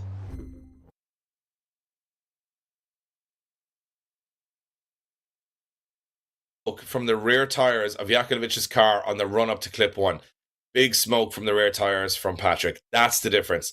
I think he put the power down a little too heavy. Yakulovic playing a very, very clever game there of not over-accelerating the car, getting the maximum launch he can. And from that point on this particularly very momentum-based track, you can see that Patrick just couldn't catch him anywhere. And if he was going to catch him, he had to cut the corner, and it got messy. He got caught in smoke towards the end. Not a clean chase from Brandon Patrick there. No, it certainly wasn't, Dave. And unfortunately, yeah, as he got caught out, he had to play catch-up. And now I think the door's open for Yakulovic, and I think he's going to take a step inside that great 8. Brandon Patrick, he's going to try and do everything he can, but if he lays down that impeccable lead line, it's just going to mean that Yakulovic is going to be with him. And here we go, fire in. Yakulovic is on to the side, already on it. Fires it in backwards once again. There's Brandon Patrick, but this time it doesn't catch out Yakulovic as Yakulovic looks for the rear wheel of that Ferrari. They both wander through the centre of the circuit. Big angle thrown in. Oh, and Brandon Patrick takes himself out. I was just about to say it wouldn't have made any difference anyway. I think Yakulovic had it at that point. I think what the downfall of Patrick here is he's spinning wheels on the way up, which allows Yakulovic to stay with him, but he does the same big angle into clip 3. This time Yakulovic is expecting it, and because Brandon Patrick does the same thing again, Yakulovic has learned from the first battle of what to do and what to react to it, and then at the very end goes backwards into the wall, and that's all she wrote. And Yakulovic will move forward and closer to putting one hand on that trophy and the winner of the championship. Yakulovic had a wobble, got a one more time, fortunate maybe on the one more time, but he made sure of it in that one more time, and he goes through to the top 8. Well deserved there. Brandon Patrick will be kicking himself. He had him on the ropes. Yeah, he certainly did, Dave. Back to the line we go, and it is going to be Abramov now to take on Craig Fulham. Well, look, Craig Fulham can still do some damage here, Dave. He can still get himself into those top 3, but like you say, doesn't matter where you are unless you're first place in this competition. Here we go, off the line. It will be Fulham to lead out Abramov, and Abramov is on the back bumper of that Mark III Supra. Craig Fulham nowhere to go, nowhere to hide, as Abramov puts that JZX right where he needs it to be. Or odd transition from both guys as they now find themselves in an outside zone transition back once again. Craig Fulham dials on the angle, looking to try and upset Abramov's line, and he can't. He's right with him onto the rear bumper. Phenomenal chase run from start to finish there from Abramov. You know, it's an interesting way of initiating that first corner. He's millimeters from the lead car. He leaves himself in the perfect position. I think Fulham actually makes a mistake there, goes a little too wide for me after clipping zone 3, but Abramov is even more primed and ready to take him on at that point. Like to see a little bit more proximity here at the end, but I think Abramov has done enough throughout the run to gain a hefty advantage there, or at least a strong advantage. And there's a place I wouldn't be. It's the passenger seat of one of these cars if it was in the real world, because it's absolutely terrifying to see these guys throw it into that first corner. Yeah, I mean, Abramov looking stronger here. Fulham, though, has pulled out miracles in the past, so I'm not going to count him out at any point. So he's got to do it now. I mean, he's in the chase position. That's where you want to be to turn the tide, but he's got to throw caution to win. Last run he may have of the series, he may as well go for it here. Yeah, I mean, he might as well go for it. You're right, Dave. Abramov actually hit the cone coming through there, so that's a false start. Yeah. And the cones are made out of immovable concrete, so it was a tough hit on the front end of that car. Just saw a little wobble there, so he's just trying his best to get out of that starting block as quick as possible, and Fulham now will try and reset and re-go. But I think Fulham's going to throw it all in here. I think we could see a collision. I don't think Fulham's anything to lose. He's probably at a disadvantage from his own run. Yeah, got to go for it. Yeah, here we go. Craig Fulham to chase down Abramov. A little puff of smoke from the back of that Supra as they both fire in now. Down here they come up into the wall. Dangerous place. Oh, Fulham backwards. But he holds it. How does he even make that work? Transitions back through. Little upset though from Fulham as it allows Abramov to move away as he now looks to gain that proximity back once again. Oh, Craig Fulham onto the door. Even gives him a tag for the front and the rear wheel. Yeah, I think to me it comes down to one word, Ian. Timing. And Fulham had it right and wrong within 1 second. Watch the timing as he transitions into this clipping zone. This is correct, but he stays too deep. He's on the inside, and he has to wait. And by the time he transitions, he has nowhere to go except for hit Abramov, and I think that's going to be all she wrote for that run. That's what it comes down to, those milliseconds of timing. And I think at the end, it's probably frustration that's driving him into the side of Abramov's car, knowing he's made that error. And we're going to have that very cool Mark III Supra exit the competition, I think, if I'm correct in my assumptions here. I think Abramov is probably going to take it. That's just a timing issue. I've done it myself. You're on the door, you're so close, and you don't want to come away from the door, but you have to back off to let that lead car transition, and he didn't. No, and unfortunately, Dave, I think he took himself out of the competition there. So take a look around this beautiful Mark III Supra. Decision's in. Yeah, no surprises there. Abramov goes through to the top 8. I think that's the right call from the judges. Craig Fulham, pushing that a little bit too hard. Had to do it though, so I'll take nothing away from his effort there. But he's out of the competition at top 16 level. And we move on to the final battle of this side of the top 16, which is going to be Goonan versus Poleski. Poleski sitting currently second in the championship. Hines is through. Yakulovic is through. Now Poleski has Goonan for company, and Goonan was unbelievable in his chase run in the top 32. So anything could happen here. I mean, again, big one, Dave. This one means a lot to everybody involved. It will be Poleski, Tikhon Poleski to take on Pavel Goonan. Here we go. Poleski to lead, Goonan to give chase. Poleski needs this. He needs to win. Nice initiation. He's yet to see battle. Wow, but Goonan almost takes them both out. As they transition down, Goonan hold on to it. Look at the way he positions himself on the circuit, onto the front wheel. This is incredible from Goonan as he transitions back once again. Poleski is absolutely no way avoiding the grip of Goonan. Well, I mean, normally I try and commentate over the replay, but I think this is one of those things where actions speak louder than words. How Goonan gets away with some of these transitions is just insane. He's on it tonight, and he's up on the front wheel, he's up on the curb, he's inside the door. I mean, you couldn't ask for any more commitment from that run. Maybe the judges will take the jump on the curb as a little bit of a mistake, but for me, it was a phenomenal chase run. And talk about putting pressure on Poleski, who's second in the championship. Yeah, I mean, pressure is an understatement, I think, Dave. I think he's just absolutely thrown down and said to Poleski, you want to win this championship and prove that you are a DMVC champion, and you need to drive like one, and that is how you chase. Let's see what Poleski's got as Goonan now takes his opportunity to lead them out. The lights light up. They are through the chicane. Goonan is going to give it everything he's got in at that S15 as they come down. Tikhon Poleski now looking for the back bumper on the side of S15 as they go wheel to wheel. Look at this, holding on, no messing around. Nice transition back. Poleski starts to give a little dive, tucks the front end of that S14 onto the door. Big dive once again into this final outside zone. The Tikhon Poleski repays the favour. Well, just when you think it's got nowhere to go, it finds another level, and Poleski had to go. I mean, it's a smoother chase run. That's probably the right phrase. It's a smoother chase run from Poleski. It doesn't have the moments of wow and the goosebumps, but it's a smoother. And then again, I'm looking at Goonan's lead run here. It's pretty flawless through the run. Whoa, I mean, little contact towards the end. I wouldn't really count too much for that. This is a tough one for the judges. I mean, I think Goonan threw more caution to the wind. I think he had a bit more aggression. Watch the first transition from Goonan here in comparison. I mean, as they go this way, watch Goonan's front bumper. How he gets away with that. Oh, then Goonan washes a little bit wider than you'd like him there. He's up on the curb. Poleski's smoother. I think it's going to come down to whether the judges want to see that, that crazy style of almost crashing and getting away with it, or they want that smooth chase run style. I think that's what it's going to come down to.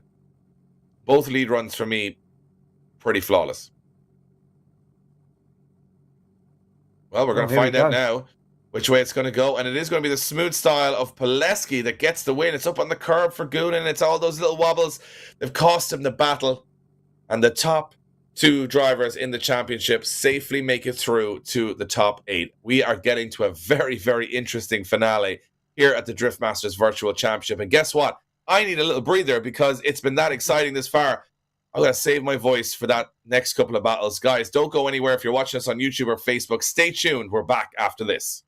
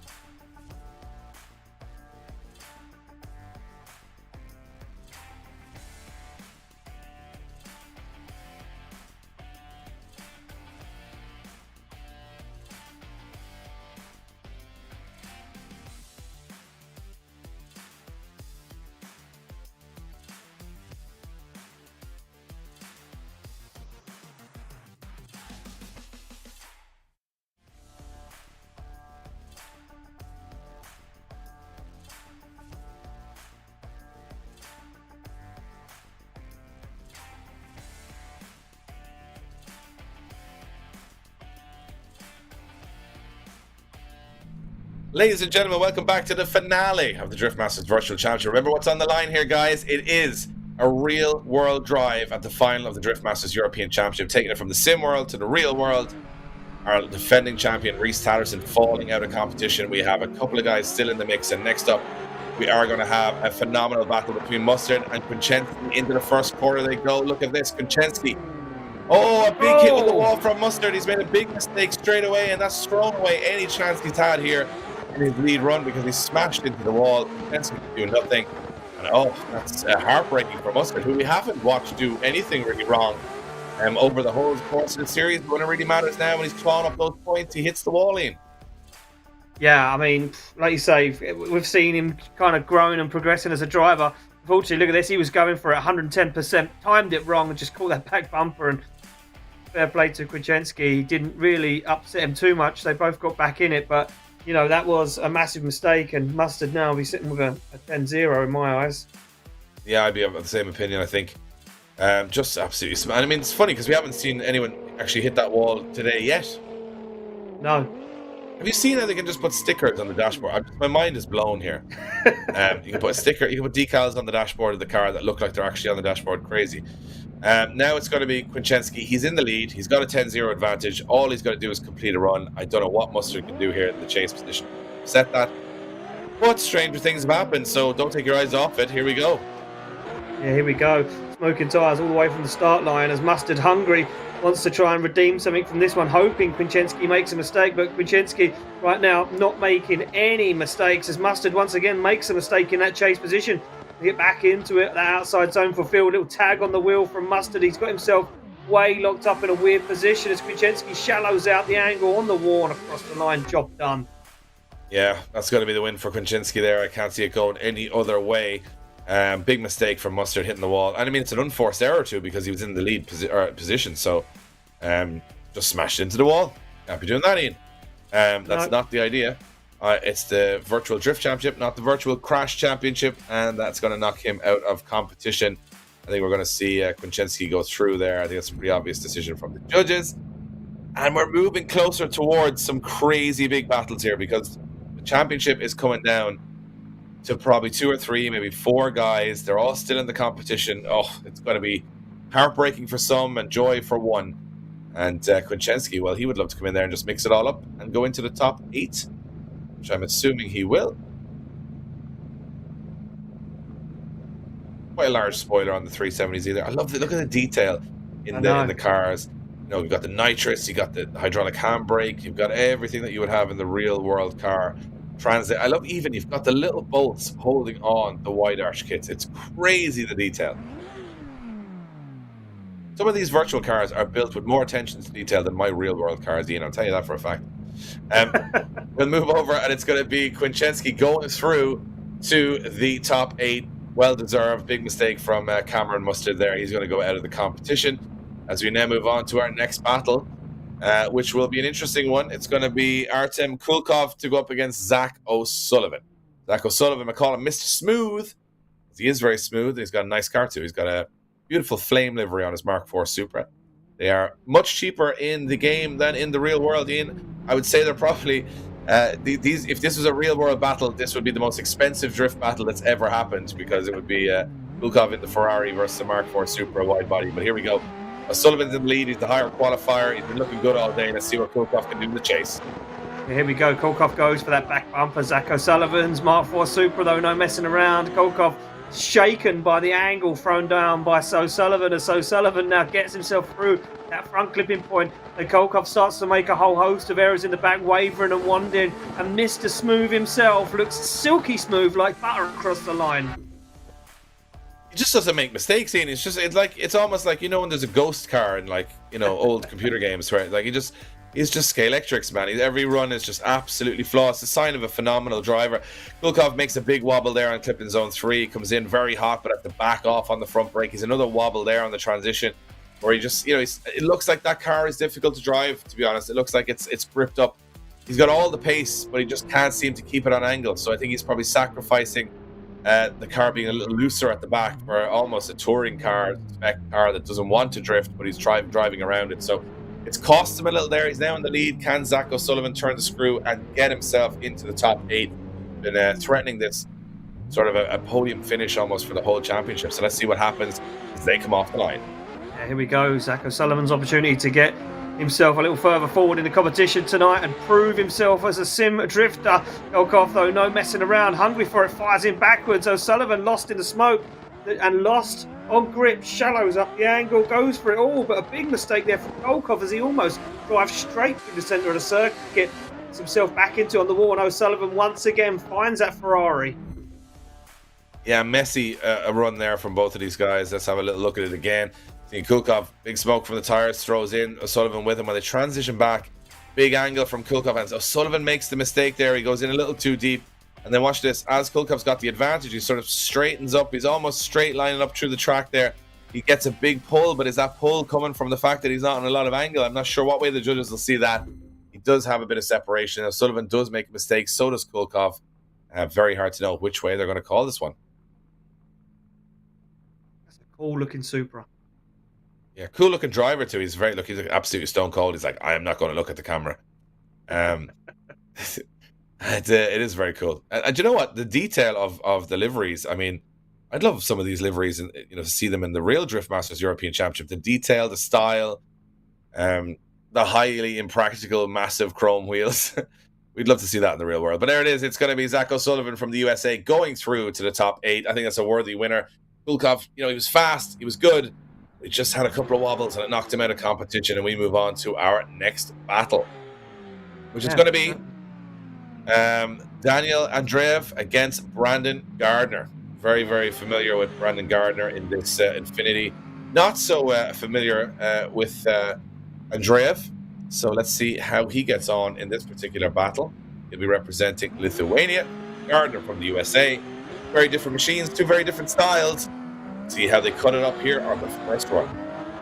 Yeah, so Andreev leads them out. Gardner looking for it. Whoa, Brandon Gardner not messing around. There's already one American in it. Whoa, look at this from Gardner. He is absolutely flying. This is insane. This chase run is incredible from Gardner. Andreev, though, looking absolutely rock solid out front. Makes one more dive. Does Gardner, but gets it wrong. You can see him have to waver and get back into it. And Andreev wondered what was going on right there. Yeah, well, Andreev there's a lot of purple in the wing mirror on that battle. Being a massive entry from Gardner, goes in very close. Watch this though, he kind of delays his transition, stalls up a little bit, and it looks good, but when you look at it from a second place, it kind of wobbles a little bit there. He's wobbling in the chase a little bit to try, and then he goes too aggressive here, has to put on big angle, and it puts him on kind of off the wall line. It's exciting. It's got a lot of commitment. It's got a lot of, door to door, but there's a little bit of wavering, a few mistakes in there, Ian, for me. Yeah, there was a few wobbles, and Brandon Gardner wasn't as clinical as we've seen some of the other guys. But nevertheless, Dave, it did have that golden buzzer, that excitement, that fun factor we like. Well, lights light up. Now it's time for Andreev to chase it down. Gardner sees Zach O'Sullivan in the background in that great 8 already. Whoa, look at this! And Gardner starts to pull a lead, starts to pull some distance as Andreev fires it down, shallows up the angle, looks for that infinity. Transition across the track, second front clipping point picked up as Andreev picks up the side of that infinity into the outside zone. They go. Andreev shallows up the angles. Gardner dials on more and across the line. Oh, impressive stuff. And this guy Andreev, he's new to me, and I think he's got left a little bit sleeping at the start, but he definitely makes up for it by coming in pretty hot from there. But his line, he's cutting the track a little bit. He's up on the curb. He makes contact. I think there's nearly bigger mistakes at times from Andreev. Even though he looks very good towards the end of the run, I think there's even bigger mistakes. I think Gardner might have a swing here. I think he's getting away with his mistakes. I mean, they're looking at it side by side. Just watch the separation here into the first corner for me. I think Andreev, it takes a long time to get the job done. Comes way off the wall. He kind of washes through the corner. He's on the inside of the track where Gardner's following that lead car. You can definitely see Andreev cutting the track, try and get that proximity. Gardner makes a bigger mistake at the last corner, which will balance things out a little bit. But from an old layman's terms, Ian, I think that I would be swinging towards Gardner on that one. Yeah, I think I'd agree, Dave. But to be fair, from the judges' situation or point of view, I think they're going to go one more time just to try and clean this one up. Maybe try and get a fairer, cleaner battle without those mistakes. I could be wrong. It would be very unlikely for you to be wrong, Ian. We've never seen that happen before. Never.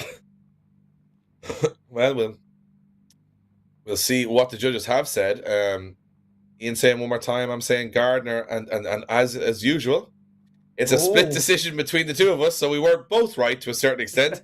But I was just that little bit more right, Ian, because Brandon Gardner does go through to the top 8. I think he just a couple of little shallow cuts there for me from the opponent knocked him out. Now move on to our next battle. It's going to be Saudi Arabia against the USA. It's going to be sad against Colin. Colin, new to me this round, looking very strong, and we've seen Asir Saad be very impressive in that S14. It's going to be an interesting one. Last spot in the top 8 up for grabs. Let's see which way it goes.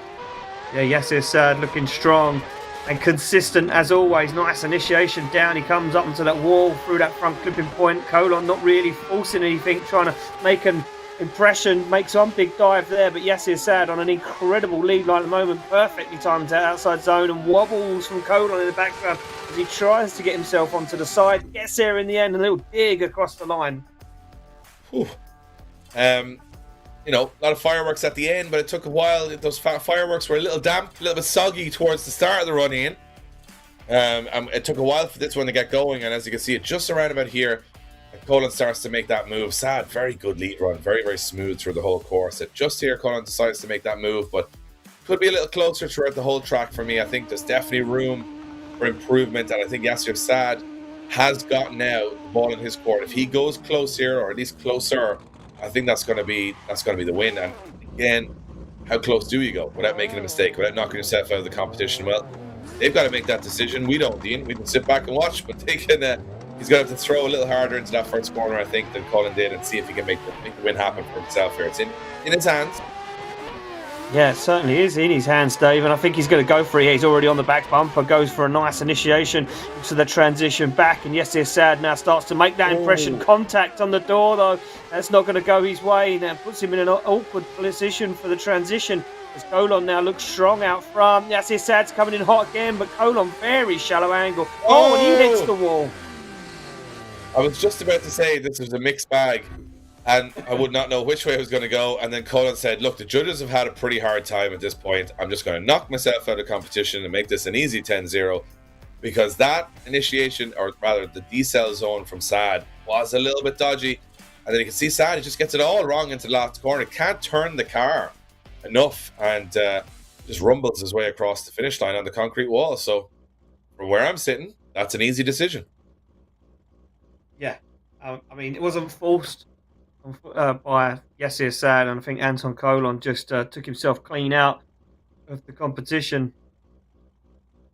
Let's see what happens now. It's in the judges' hands, and I would assume it's cut and dry. I mean, you need an abacus to decide the mistakes in both runs, but if one of the drivers goes into the wall and drives himself off the track, you've got to give it to Yassir Saad, and he is the last man to go through to the top 8. That means we started with 120 drivers. We now only have 8 drivers, and we still have 3 drivers that can win this championship. Alan Hines against Yakulovic will be the first battle in the Grade 8. That is probably going to be the most important battle of the series.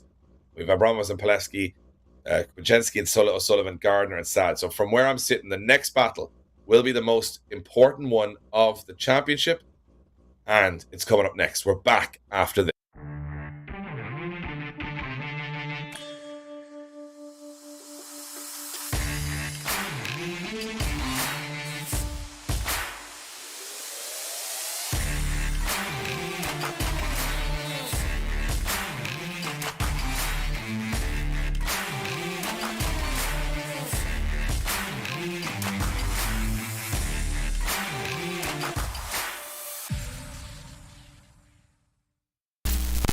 LIQUI.EU produce standalone engine management technology with a range of products that allow you to unleash the power of your engine. Renowned for quality, reliability and value, our easily installed ECUs come with numerous motorsport and engine protection features, giving complete control of your engine's power and performance. Plus, our tech support team are available 24 hours a day to help you create the perfect solution for your engine setup. To see our full range of products and for more information, visit LIQUI.com.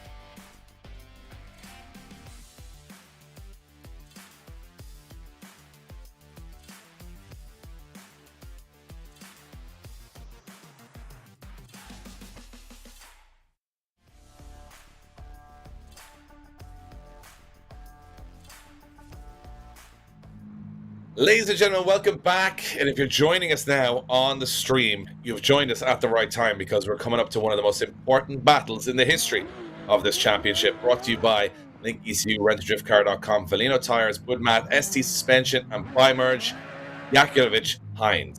If Hines beats Yakulovic and wins the event, my calculations could be completely incorrect here, but it seems to me like he would be able to shot at winning this championship. If he loses to Yakulovic, Yakulovic goes into the front-running position, and he's only got to worry about Poleski as someone who could take him down. That's where we stand right now. The left-hand side of this bracket, you know, these first two battles are probably the most important of the entire series. Hines has all the pressure on his shoulders. Yakulovic has all the pressure on his shoulders. We've seen wobbles from both in the past, but not this round for Alan Hines. Yakulovic, you know, skin of his teeth getting through that top 16, but this is where it all matters. Ian, the call comes down to this. It certainly does, Dave. Big pressure on Alan Hines' shoulders right now. Can he take down the championship leader? At the moment, they go over the hill and initiate, and Yakulovic is on the rear bumper, on the rear wheel, and that big angle transition doesn't upset Yakulovic. Yakulovic makes a brave transition on the back bumper across the circuit. He does it once again. Hines on the wall. Yakulovic wants it. He's hungry for it. Onto the front wheel, and that rear wheel he goes. Well, if the question was being asked of Yakulovic, if he had the stuff, if he had the, you know, the deep down desire to win this, I think we've seen it there. A little shallow on the angle coming into clipping zone 3, but he made up for it with this transition. Is absolutely breathtaking. And another here, watch this, on the back bumper, throwing caution to the wind, knows how good Hines is, knows how difficult he is to beat, and Yakulovic pushes him across the finish line. Now, for me, Alan Hines has to do something incredible, has to do something sensational, has to be better than he's ever been before, and has to take a chance. And with that comes the risk of throwing it all away. The next run may decide this championship, and for me, Hines has to give it 150% here to try and beat Yakulovic, who is on fire tonight. He certainly has, David. He's certainly got to go to a place where he kind of feels uncomfortable. It's Yakulovic to lead out Hines. Hines straight onto the door he goes. That was insane. It didn't even make sense as he goes wheel to wheel through that front clipping point. This is the closest we've seen these guys before. Oh, but Hines gets left on the transition. Now Hines starts making mistakes. He makes a strange dive across the circuit. He comes in hot onto the door as Yakulovic looks rock steady across the line. Oh, I mean, we got to look at that. The initiation from Hines is just, it's ridiculous. Watch this. He stays in it, transitions back, and this, for me, how there isn't contact. It's so much braver, but he transitions too early, comes back through the smoke, has to shallow up his angle. So what you've got there is, you know, what we would say is a poo sandwich, Ian. You've got a phenomenal start, you've got a bit of a wobbly middle, and then you've got a brilliant end. Yakulovic has kind of a consistent throughout the whole run. You're going to have to weigh this up now as a judge, where Yakulovic is brilliant through everything, but doesn't risk as much. Yakulovic has a very good initiation, but watch Yakulovic here. He backs away on the angle. Hines is on full angle there. Then at this point, Yakulovic makes the best transition ever, and Hines makes a very poor one. And then as they go back towards the wall, Hines is closer, is diving better, but it's pretty even as they finish up the run. That is a tough one to decide, but for me, there is a mistake from Hines in there, and we can't ignore that. For all the bravery on the first corner and all the bravery on the second or the third corner, can you ignore that mistake in the middle? No, I don't think you can, Dave. It was a huge mistake, and Yakulovic didn't make that mistake. Here we go, decisions in. It's a one more time, Ian. It's not going to be decided. The judges decide that it is a balanced battle. I think that's, I mean, it was a very, very unusual way I explained it, but I think that's what you've got here, is you've got two moments of brilliance and a little mistake in the middle from Hines, and you've got sort of a consistent run in the chase from Yakulovic, and I think they've probably balanced that off as an even Stevens on that, and we get to go back at it again. It's not decided yet. No, it certainly isn't, Dave. And if you thought your nerves couldn't handle anymore, well, we're going to go at it again. This is the one more time, the first battle. Here we go. Yakulovic to chase down Hines, the higher qualifier. Yakulovic, your current points and championship leader, needs to win to advance through and take the championship home. Here we go. Through the chicane, through the start line, down over the hill. They both flick left to right, almost contact. But Yakulovic drives a brave initiation. Whoa! Alan Hines with a huge angle on that clipping point 3. But look at Yakulovic on the back bumper, onto the rear wheel. He's going to go for it again. Through the smoke comes Yakulovic as they both jump up onto the wall. Alan Hines foot flat to the floor across the line. It's probably even turned up a notch since Yakulovic's last. I mean, look at the initiation from Yakulovic. It's phenomenal. Again, he doesn't overcommit in that clipping zone. He takes it quite shallow, pretty far away from the wall, but then he makes it work because he's so close through the whole run, all the way to the end. They take nothing away from Hines' lead run. It's absolutely sensational. The angle Hines pulls at clipping zone 3 is phenomenal. And now the ball again back in Alan Hines' court. He had, if he can get that middle section right, I'm not sure there's any stopping him. But again, it's like I mentioned, you go that close to the edge, you're always in a position where you can fall off. Oh, they're back on the line, ready to go.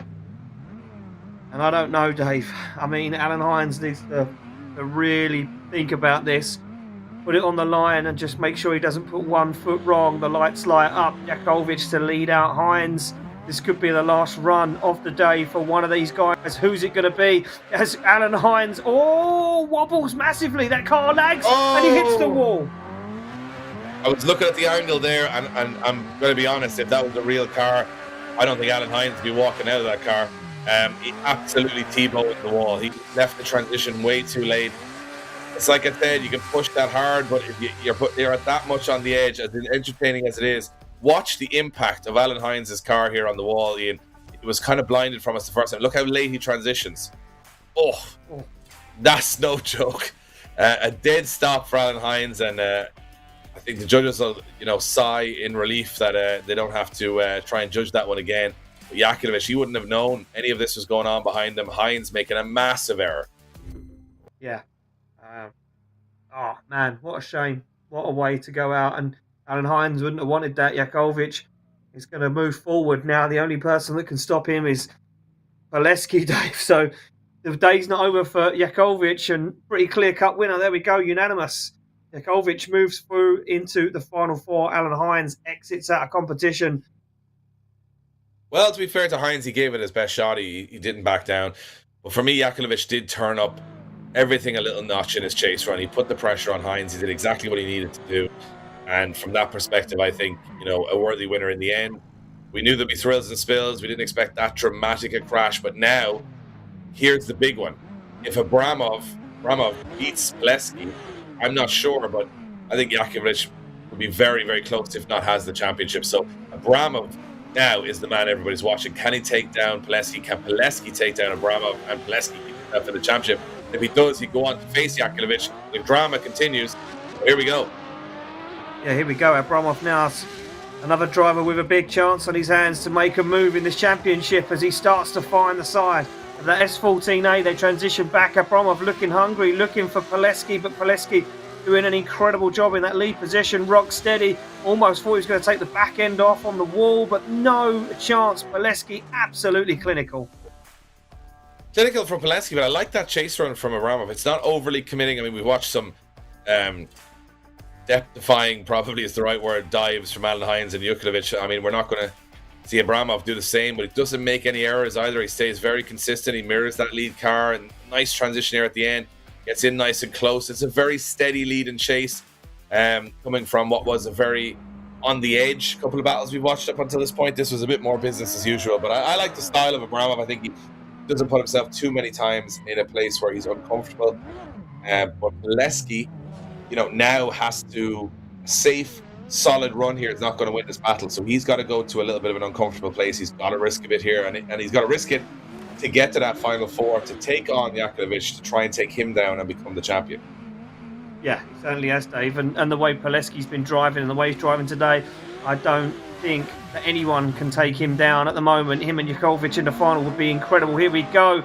They come through the chicane down. Look at that already on the back bumper. They initiate at the same time. Poleski transitions before Abramov as Abramov now looks out the window across for Poleski. He makes a dive. A little ding on the door. No messing around as Poleski nudges Abramov on the transition. He shallows up the angle, waits for Abramov to get settled and parks the S14 on the door. Well, we wanted him to push a little bit harder, and that's exactly what he did. Phenomenal chase run there from Poleski. This is a great job. I mean, he's so close on the initiation. It's phenomenal. This is the most impressive part for me. He comes in a little too hot, but he makes it work. And then this transition right back up onto the door. I like this. A little bit of rubbing, pushing. Come on, move along. Get to the next corner. And doesn't upset the lead car a whole lot. A lot more aggression from Poleski. I could see Poleski taking the win here. And then we have a massive showdown between Poleski and Yakulovic, which may decide the championship. So that's what we want as casual fans. But Abramov's still very much in the fight here, and they're going to have a look at Abramov. Abramov doesn't make any errors. That's the one thing I'm watching on these side-by-sides. But he doesn't have that aggression either. So, you know me, I love a bit of aggression. I like the entertainment value. I think from a fan and a commentary point of view, you want that. But from a technical point of view, Poleski, a bit of contact here and there. We'll be watching, yeah, interesting to see which way the judges go here. Yeah, I mean, I got to say it's Poleski's. Here we go. Decisions in. Yeah, you're right, Ian. It's Poleski. He gets the call. He's going to the final four to face Yakulovic, which means that it is going to be a massive battle for the championship in the top four. That's what we know now. We move back to the other side of the bracket. Kuczynski, he's had a good evening, going up against Zach O'Sullivan, Mr. Smooth. And let's see which one of these guys can come out of this one on top. It is for a place in the final four. Kuczynski's been looking strong. Zach O'Sullivan's been looking strong. Well, those trains is going to be derailed now as they come off the line in the first half of the battle. Here we go. Zach O'Sullivan looking real good. Silky smooth. Mr. Sullivan comes down onto the wall. Kuczynski looks for the side of that Mark IV Supra. Finds the back bumper, that's for sure. Nice transition back. And look at Zach O'Sullivan's lead line. Absolutely dialed as he gets into the outside zone. It opens the door as Kuczynski parks that 370Z onto the side. Ooh. I mean, it's getting tough to call these battles because they're pushing pretty hard. I mean, I'd like to see Kuczynski a little closer here. I think he's leaving it till the second half of the run to get the work done. I think he's not risking a whole lot. I mean, I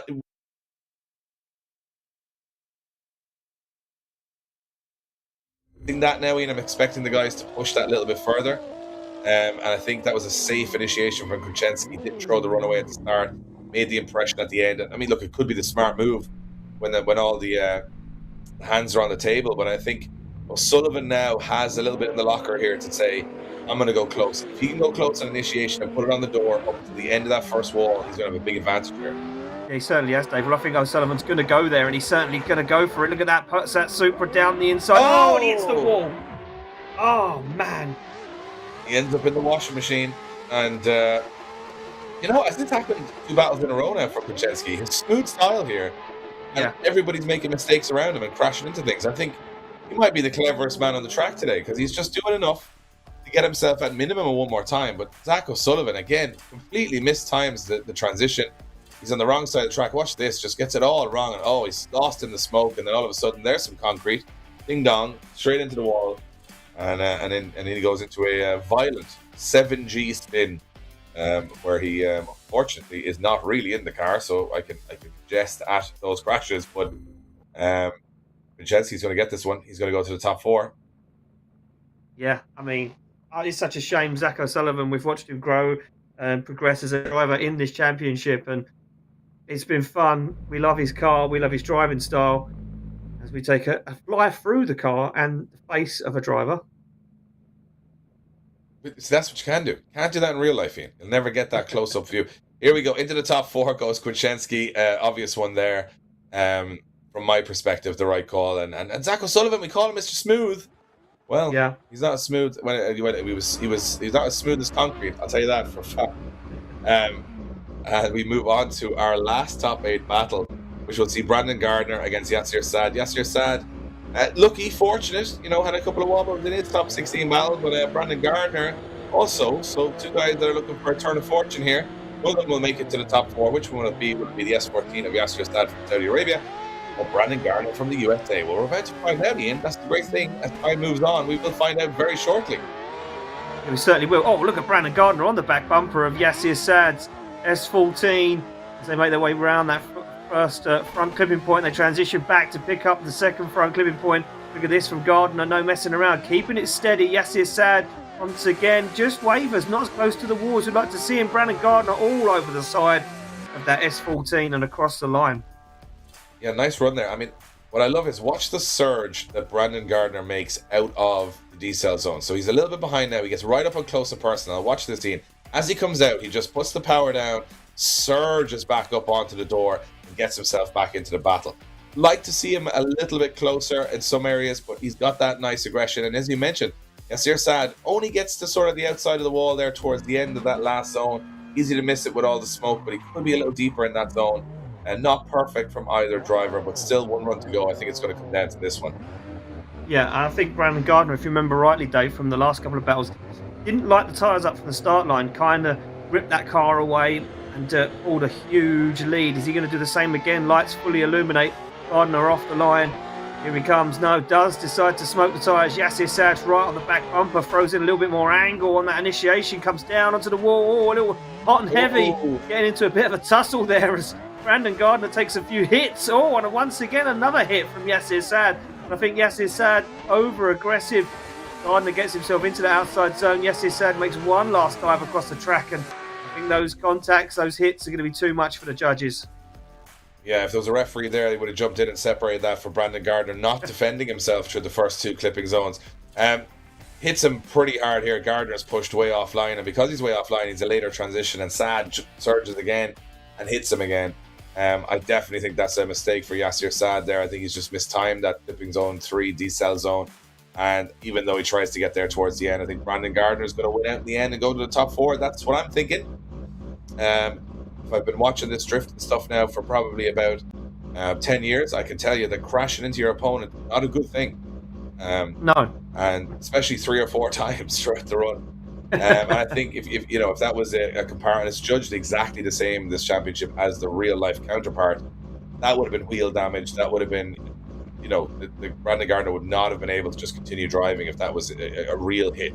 So it is, a virtual world, but it's treated very much with the physics of the real world and the judging from the real world, which for me would mean Brandon Gardner will go through from this battle into the top 4. So that's, we're taking this as seriously as we can, and I think because it's such a good replica of what happens in the real world, you can take it that seriously now. We talk about it being a game, but it's really a simulation of what happens in the real world. The skill set, the timing, grip, the car setup, everything is very similar. So when you see contact like that, I think it's the right call. Brandon Gardner goes through to the top 4, completing our top 8. And I'm looking forward to this top 4. I think there's going to be a championship decided with 4 drivers left. And as it would happen, top 2 of the championship are still in it. They can both still win the championship and get a real drive of a car in the final round of the Drift Masters Championship at RentADriftCar.com. Once again, I want to thank LIQUI, VALINO, ST Suspension, and Bimerg, all of our partners. Don't go anywhere, guys. We're going to get a word from them, and we're back for the finals.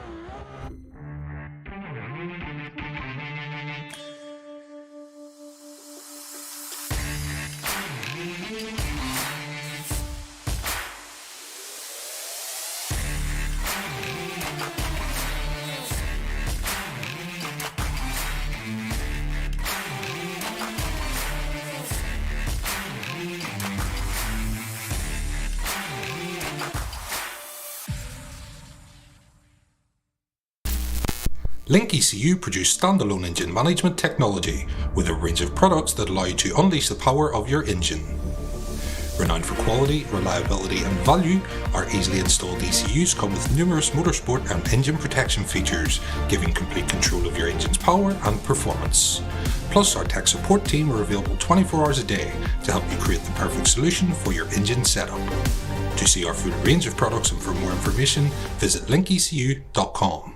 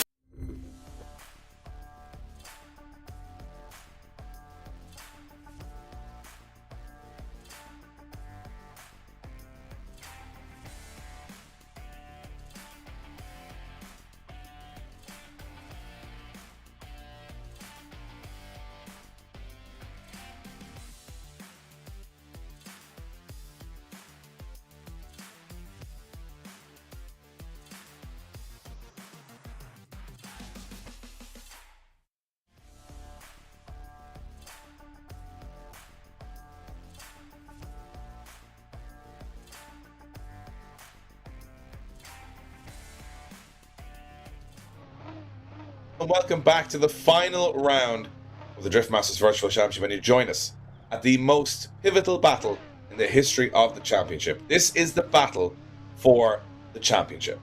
Yakulovic, Poleski. Whoever wins this next battle will win the championship, will take home the honours. We still have the podium to sort out and the podium positions and those battles to sort out in a bit, but this is the one for the championship.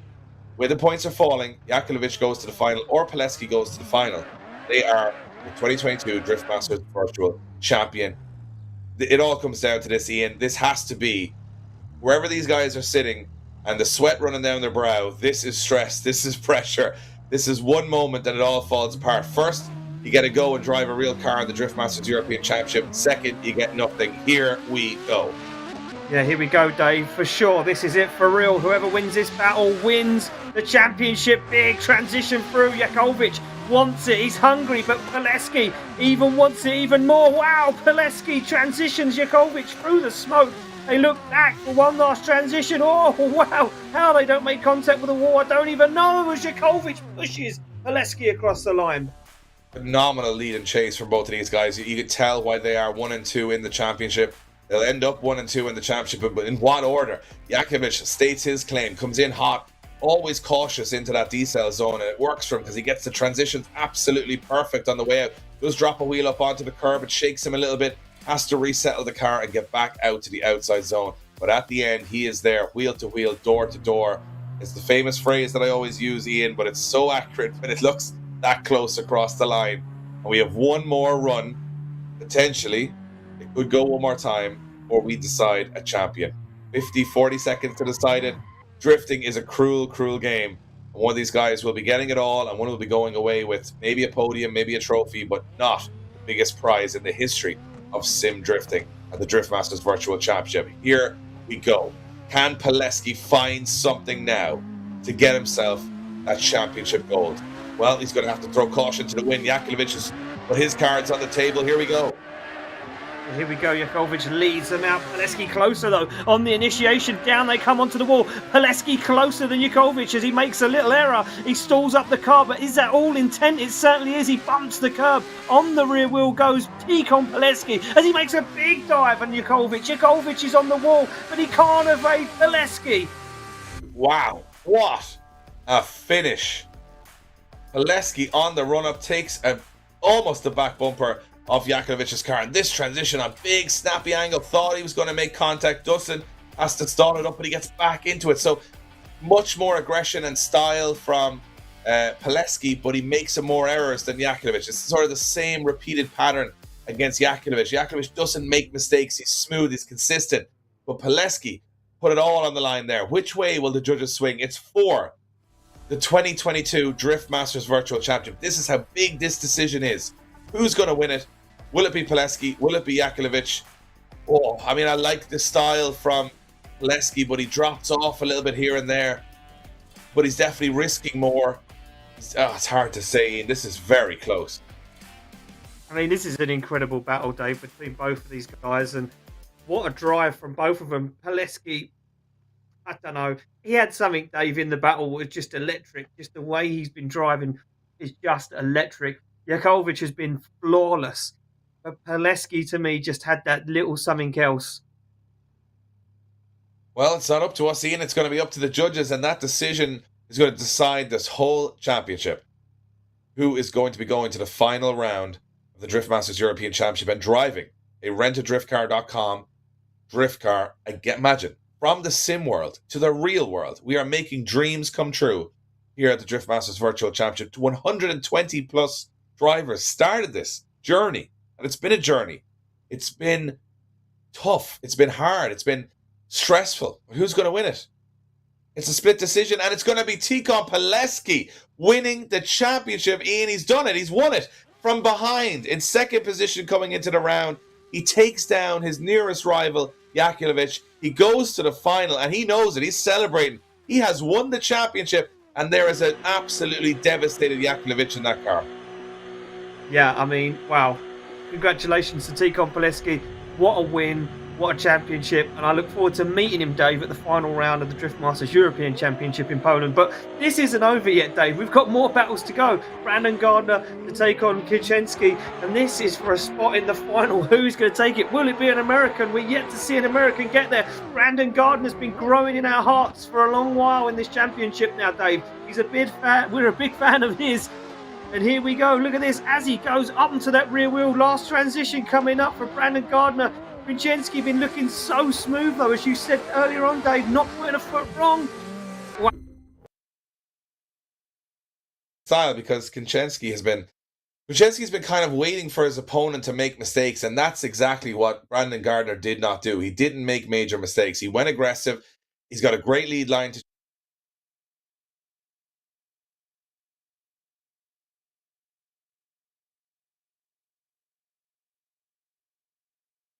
a little crack in the door for Kuczynski to say, if I'm a little closer at that part of the track, it might be visually represented and the judges might swing my way. So let's see what happens. However, we haven't seen Kuczynski actually push too hard so far in the competition.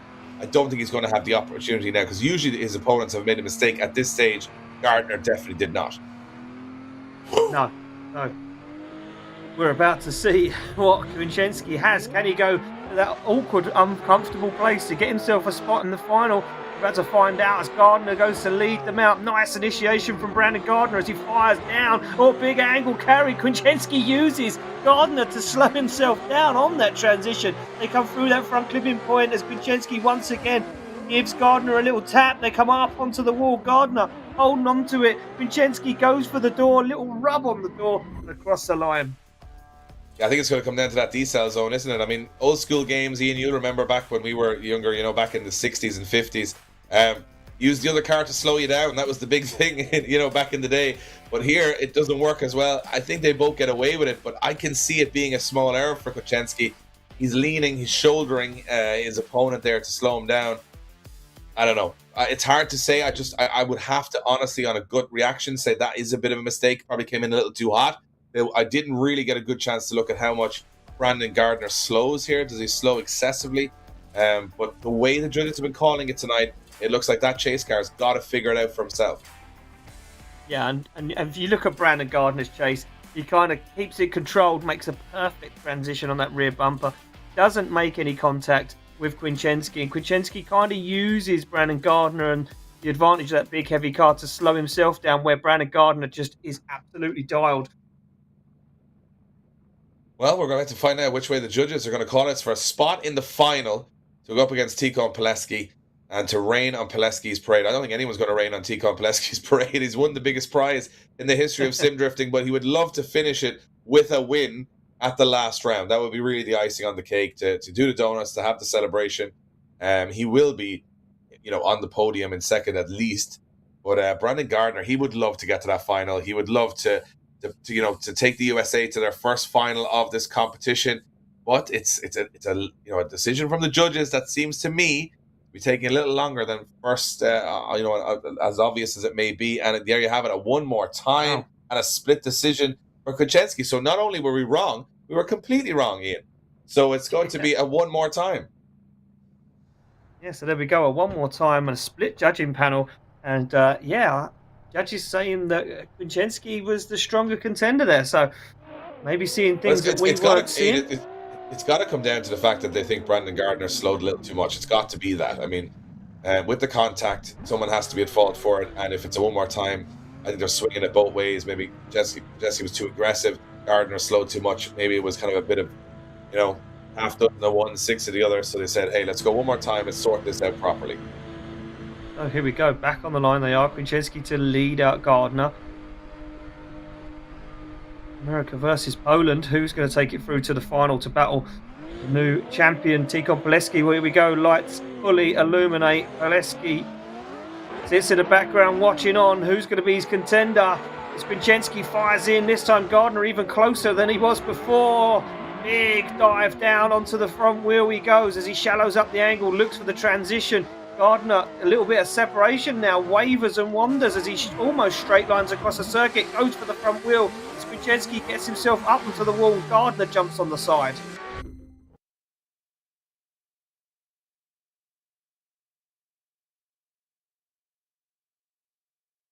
aggressive. I like his snappy transition in the chase. I think he gets in nice and close to the pocket. It's a bit of a smoother chase run from Brandon Gardner than we watched in the last couple of battles. But he loses that little bit of ground again as he comes into that last corner, but closer than he was the last time. But I think he's on and off that front brake quite heavy. It's not fluid enough to be perfect, but it's definitely aggressive and he's definitely stating his claim. Enjoyable to watch for sure. But now we've got to see when we reverse him around. I mean, this is a tough battle between these two guys. They want to go to that final. And can Kuczynski get himself back into the mix? Well, he's going to have to go close and hopefully not smash into him like the last time. Yeah, no contact, and I think he could take it through. Brandon Gardner, though, going to stick down that 99-point lead run. Off the line he comes. A big initiation from Brandon Gardner as he transitions back now. Styles on that angle. Kuczynski almost makes the same mistake again, almost makes contact on that door. They transition into the second front coming point. Over the curb goes Kuczynski as they transition back up onto the wall and across the line.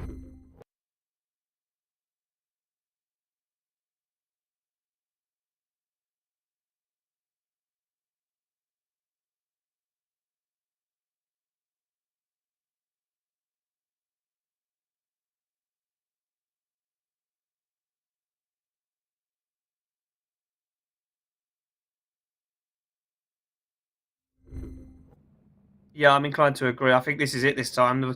The lack of proximity on that final outside zone off onto the wall was definitely heading the way of Brandon Gardner's. Kuczynski could have done so much more there. Brandon Gardner's car vibrating with excitement right now.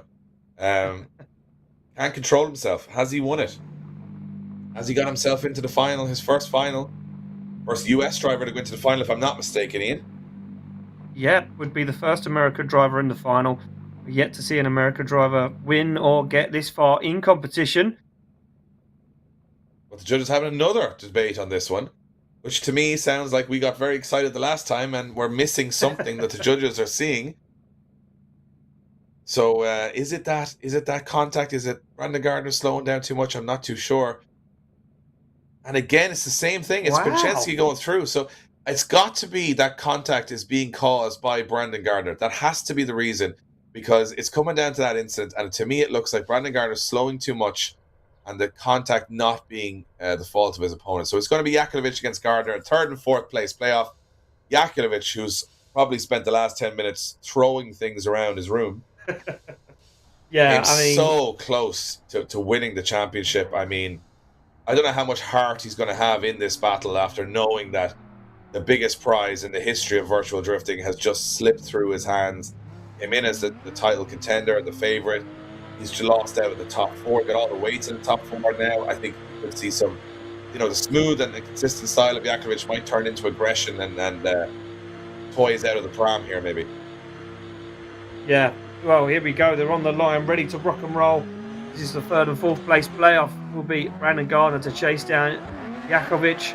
Right now, as Dave said, will Yakulovic just throw everything he has at this one because he knows he's lost the biggest prize going, and look at the pace he's carrying. Brandon Gardner, though, incredibly nice line through that first front coming point. Dives up onto the door. Brandon Gardner will also be angry after that result of not getting in the final. Takes it out on the back end of Yakulovic's S15, and that is a big upset. To be honest, it looked to me like Brandon Gardner was going to spin Yakulovic there, and to be fair, by all right, should have spun him. I mean, it was a big hit. It's too big a hit to ignore. Gardner, again, his transition timing not great on the first couple of zones. He gets back into it. It starts to get a little nicer through the middle, but watch how heavy he throws this at Yakulovic into that last corner. Big angle. He's kind of out of control. Smashes in it. He's just on full lock, Yakulovic, to try and get out of that one. But it's a big mistake from Gardner. Big enough to get rid of a trophy. Yeah, so there we go, back on the line. Yeah, as you said, Ian, back on the start line. Yakulovic taking a big old run up at this one. I think he's going to throw it in. He's got very little to lose here because he's already lost the championship and he's now got a massive advantage after the first run. He could probably go gosh to win the go show here. Yeah, he certainly is, Dave, and he's gone for it already. You can see it already putting that S15 in places it shouldn't be. Lovely line, lovely transition down. And now he transitions back for that second front clipping point. Both guys up on the curb. Brandon Gardner looking strong out front, fires into the outside zone. Oh, clips it though and upsets the car as Yakulovic keeps it rock steady and across the line. And I'm pretty sure I know which way that's going. Yeah, doesn't take a genius, and we certainly aren't those, Ian. We've had Brandon Gardner hit the lead car and hit the wall. Yakulovic, I mean, you know what? I feel sorry for him for losing the championship. He'll have to settle with third step on the podium, which is not a bad day at the office, but he came so close. And I'm looking forward to seeing him in competition next year. I think he's definitely going to go in there as one of the favourites. He's been amazing to watch over these 4 rounds. He's given us incredible entertainment.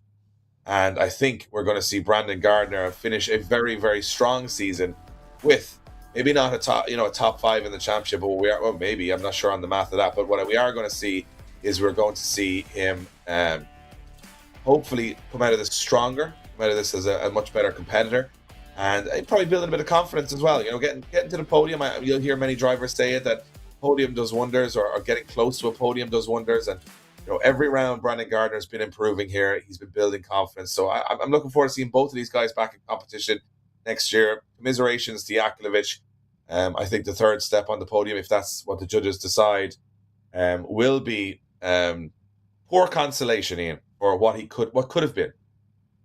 Yeah, he'll be gutted, but I'm pretty sure he'll be happy that Tikhon Poleski got that. It was a fair, clean battle, and he will still be happy that Poleski got it. Here we go, decisions in. Oh, one more time. And we're not done yet, Dave. I don't know how that happened. To me, was Brandon Gardner hit Yakulovic and almost spun him. I thought that would have just been the battle. I don't know what's gone on with our judges. And Brandon Gardner went in the wall. Yeah, I'm not too sure. I have to go backtrack now and say that it doesn't take a genius, and we're definitely not geniuses. We definitely are not. We definitely do not know what's going on. We're going definitely one more time. Not geniuses. Definitely some stuff that we might not have seen in that battle. Definitely judges are watching this far more closely than we are. And we're back at it again. Yakulovic in the lead, Gardner in the chase. Well, here we go, Dave. One going at it again for that third step on the podium, and I'm pretty sure that we thought we knew what way it was going, but now we're back into it. Brandon Gardner has another shot at this one. Oh, goes for the back bumper of that S15, almost straight through the centre of the circuit. Very shallow angle. As Yakulovic goes wide onto the wall, Brandon Gardner tucks himself on the inside. Yeah, you picked up on it there, Ian. I think a bit of a mistake in the centre of the circuit. Very little angle from Brandon Gardner trying to catch up with Yakulovic. Transitions into the corner. It's all pretty good here. It's just when we transition the next stage, watch Gardner's angle. As he goes too close, he has to back off. A little bit of contact. Oh, he does straighten up even a little bit in the middle there, just before he goes back on angle again. Hard to see it through the smoke, but it is a mistake from Brandon Gardner. Definitely the one I picked out, hold the lead in the chase there. Yeah, and it was quite a noticeable mistake when you see it in the replay, that straightened through the centre, or the back end, of the circuit. Brandon Gardner gets himself back on the line. And Yakulovic pulls up the chase position. This could be the final one more time. Here we go.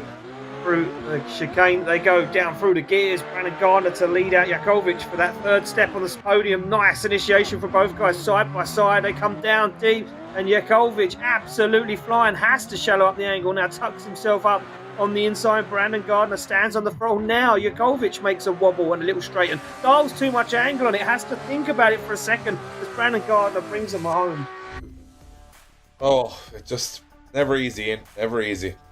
You think it's going to go one way, and then there's always a moment in drifting. You can't take your eyes off it. It's what makes it so entertaining to watch. I think Yakulovic does really good here, but he washes very wide in the chase. He makes it work. He gets back into it again. This last corner for me, I just want to see this again. Big dive from Yakulovic, almost over-rotates, but he gets it sorted. I mean, the standout mistake for me is probably the straighten from Gardner in the chase. That's probably the standout mistake. But I would say Yakulovic is he's done like 72 battles now, so he's obviously running out of concentration. Because you got to remember, it didn't just start when we started watching. These guys have been probably practicing for like 6 hours today, and then go into qualifying, and then go into all these battles. So they're probably pretty tired, and it's difficult to keep your concentration levels for that length of time, you know?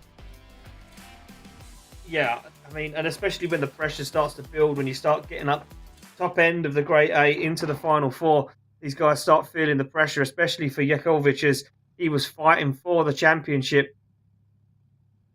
Now he's just fighting for the kudos day, for the podium.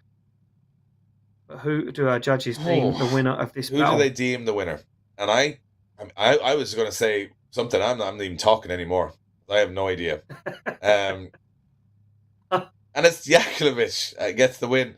I think at this point in time, Ian, something's being spotted in the driving style of Brandon that we're not obviously privy to, but I think that is definitely what's happened there. Something weird has happened there. But anyway, in the end, Yakulovic gets third place on the podium. He gets second in the championship, and the winner of the championship, Poleski, gets a chance at finishing off the championship with 2 trophies, both the round and the championship. But Kuczynski's been kind of smooth dancing his way through the whole grid here. He's kind of been surviving. He's been great when he needs to be. He's been having some contact. I'm looking forward to it. It's the final of the last round of the 2022 Drift Masters Virtual Championship.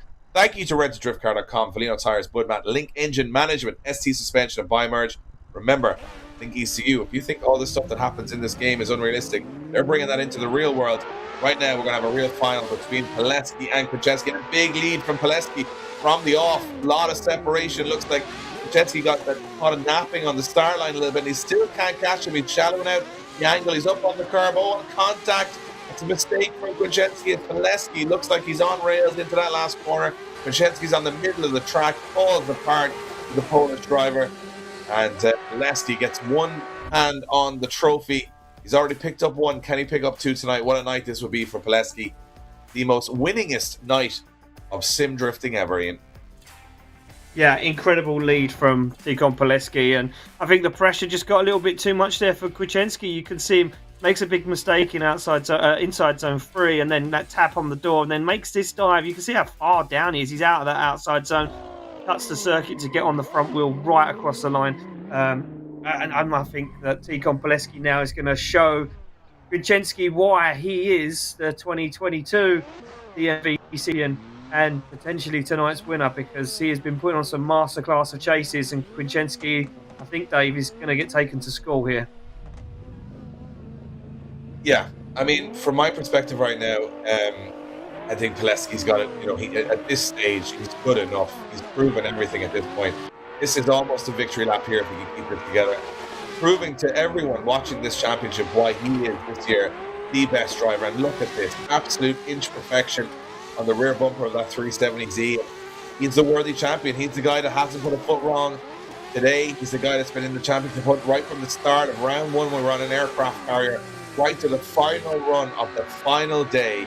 He finishes on top of the podium in my eyes, alongside the series champion. He is the guy we are going to see step into the Moto Arena in Poland in a RentADriftCar.com, partnered with Link Engine Management, to sit in there and drive a real car in a real championship round. And you know what? If he can drive that real car half as good as he can drive this virtual car, he's a contender any day of the week.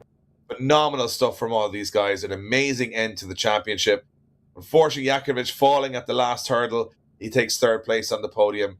And you've got to say, Ian, it's been a very, very enjoyable championship for everybody involved. I want to thank all the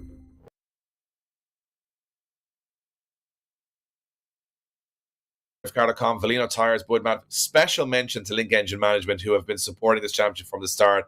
The results are in. They're made official. Not only the championship winner, but the round winner, Tikhon Poleski. He is the man. And he will be the man that we will see in the real world take to the track in September in Poland, in the Moto Arena, in the final of the Drift Masters European Championship. What a moment, what a championship, and a deserving winner, Ian. Yeah, absolutely incredible. Tikhon Poleski deserved it, undoubtedly. The driving that we've seen from him from round 1 to now, winning this round, winning the championship, has just been incredible. Look, I got the honour of meeting the last winner and watching him drive a car for the first time. I cannot wait to meet Tikhon Poleski in Poland at that final round and drive that RentADriftCar.com drift car in competition with our Drift Masters European Drift Championship drivers. It's going to be a special moment, Dave. It is, and we want to congratulate everybody. 4th place today for Brandon Gardner, just not enough to get a trophy. Taking 3rd place on the podium is, and it was so close but not close enough, Yakulovic, Vladislav Yakulovic.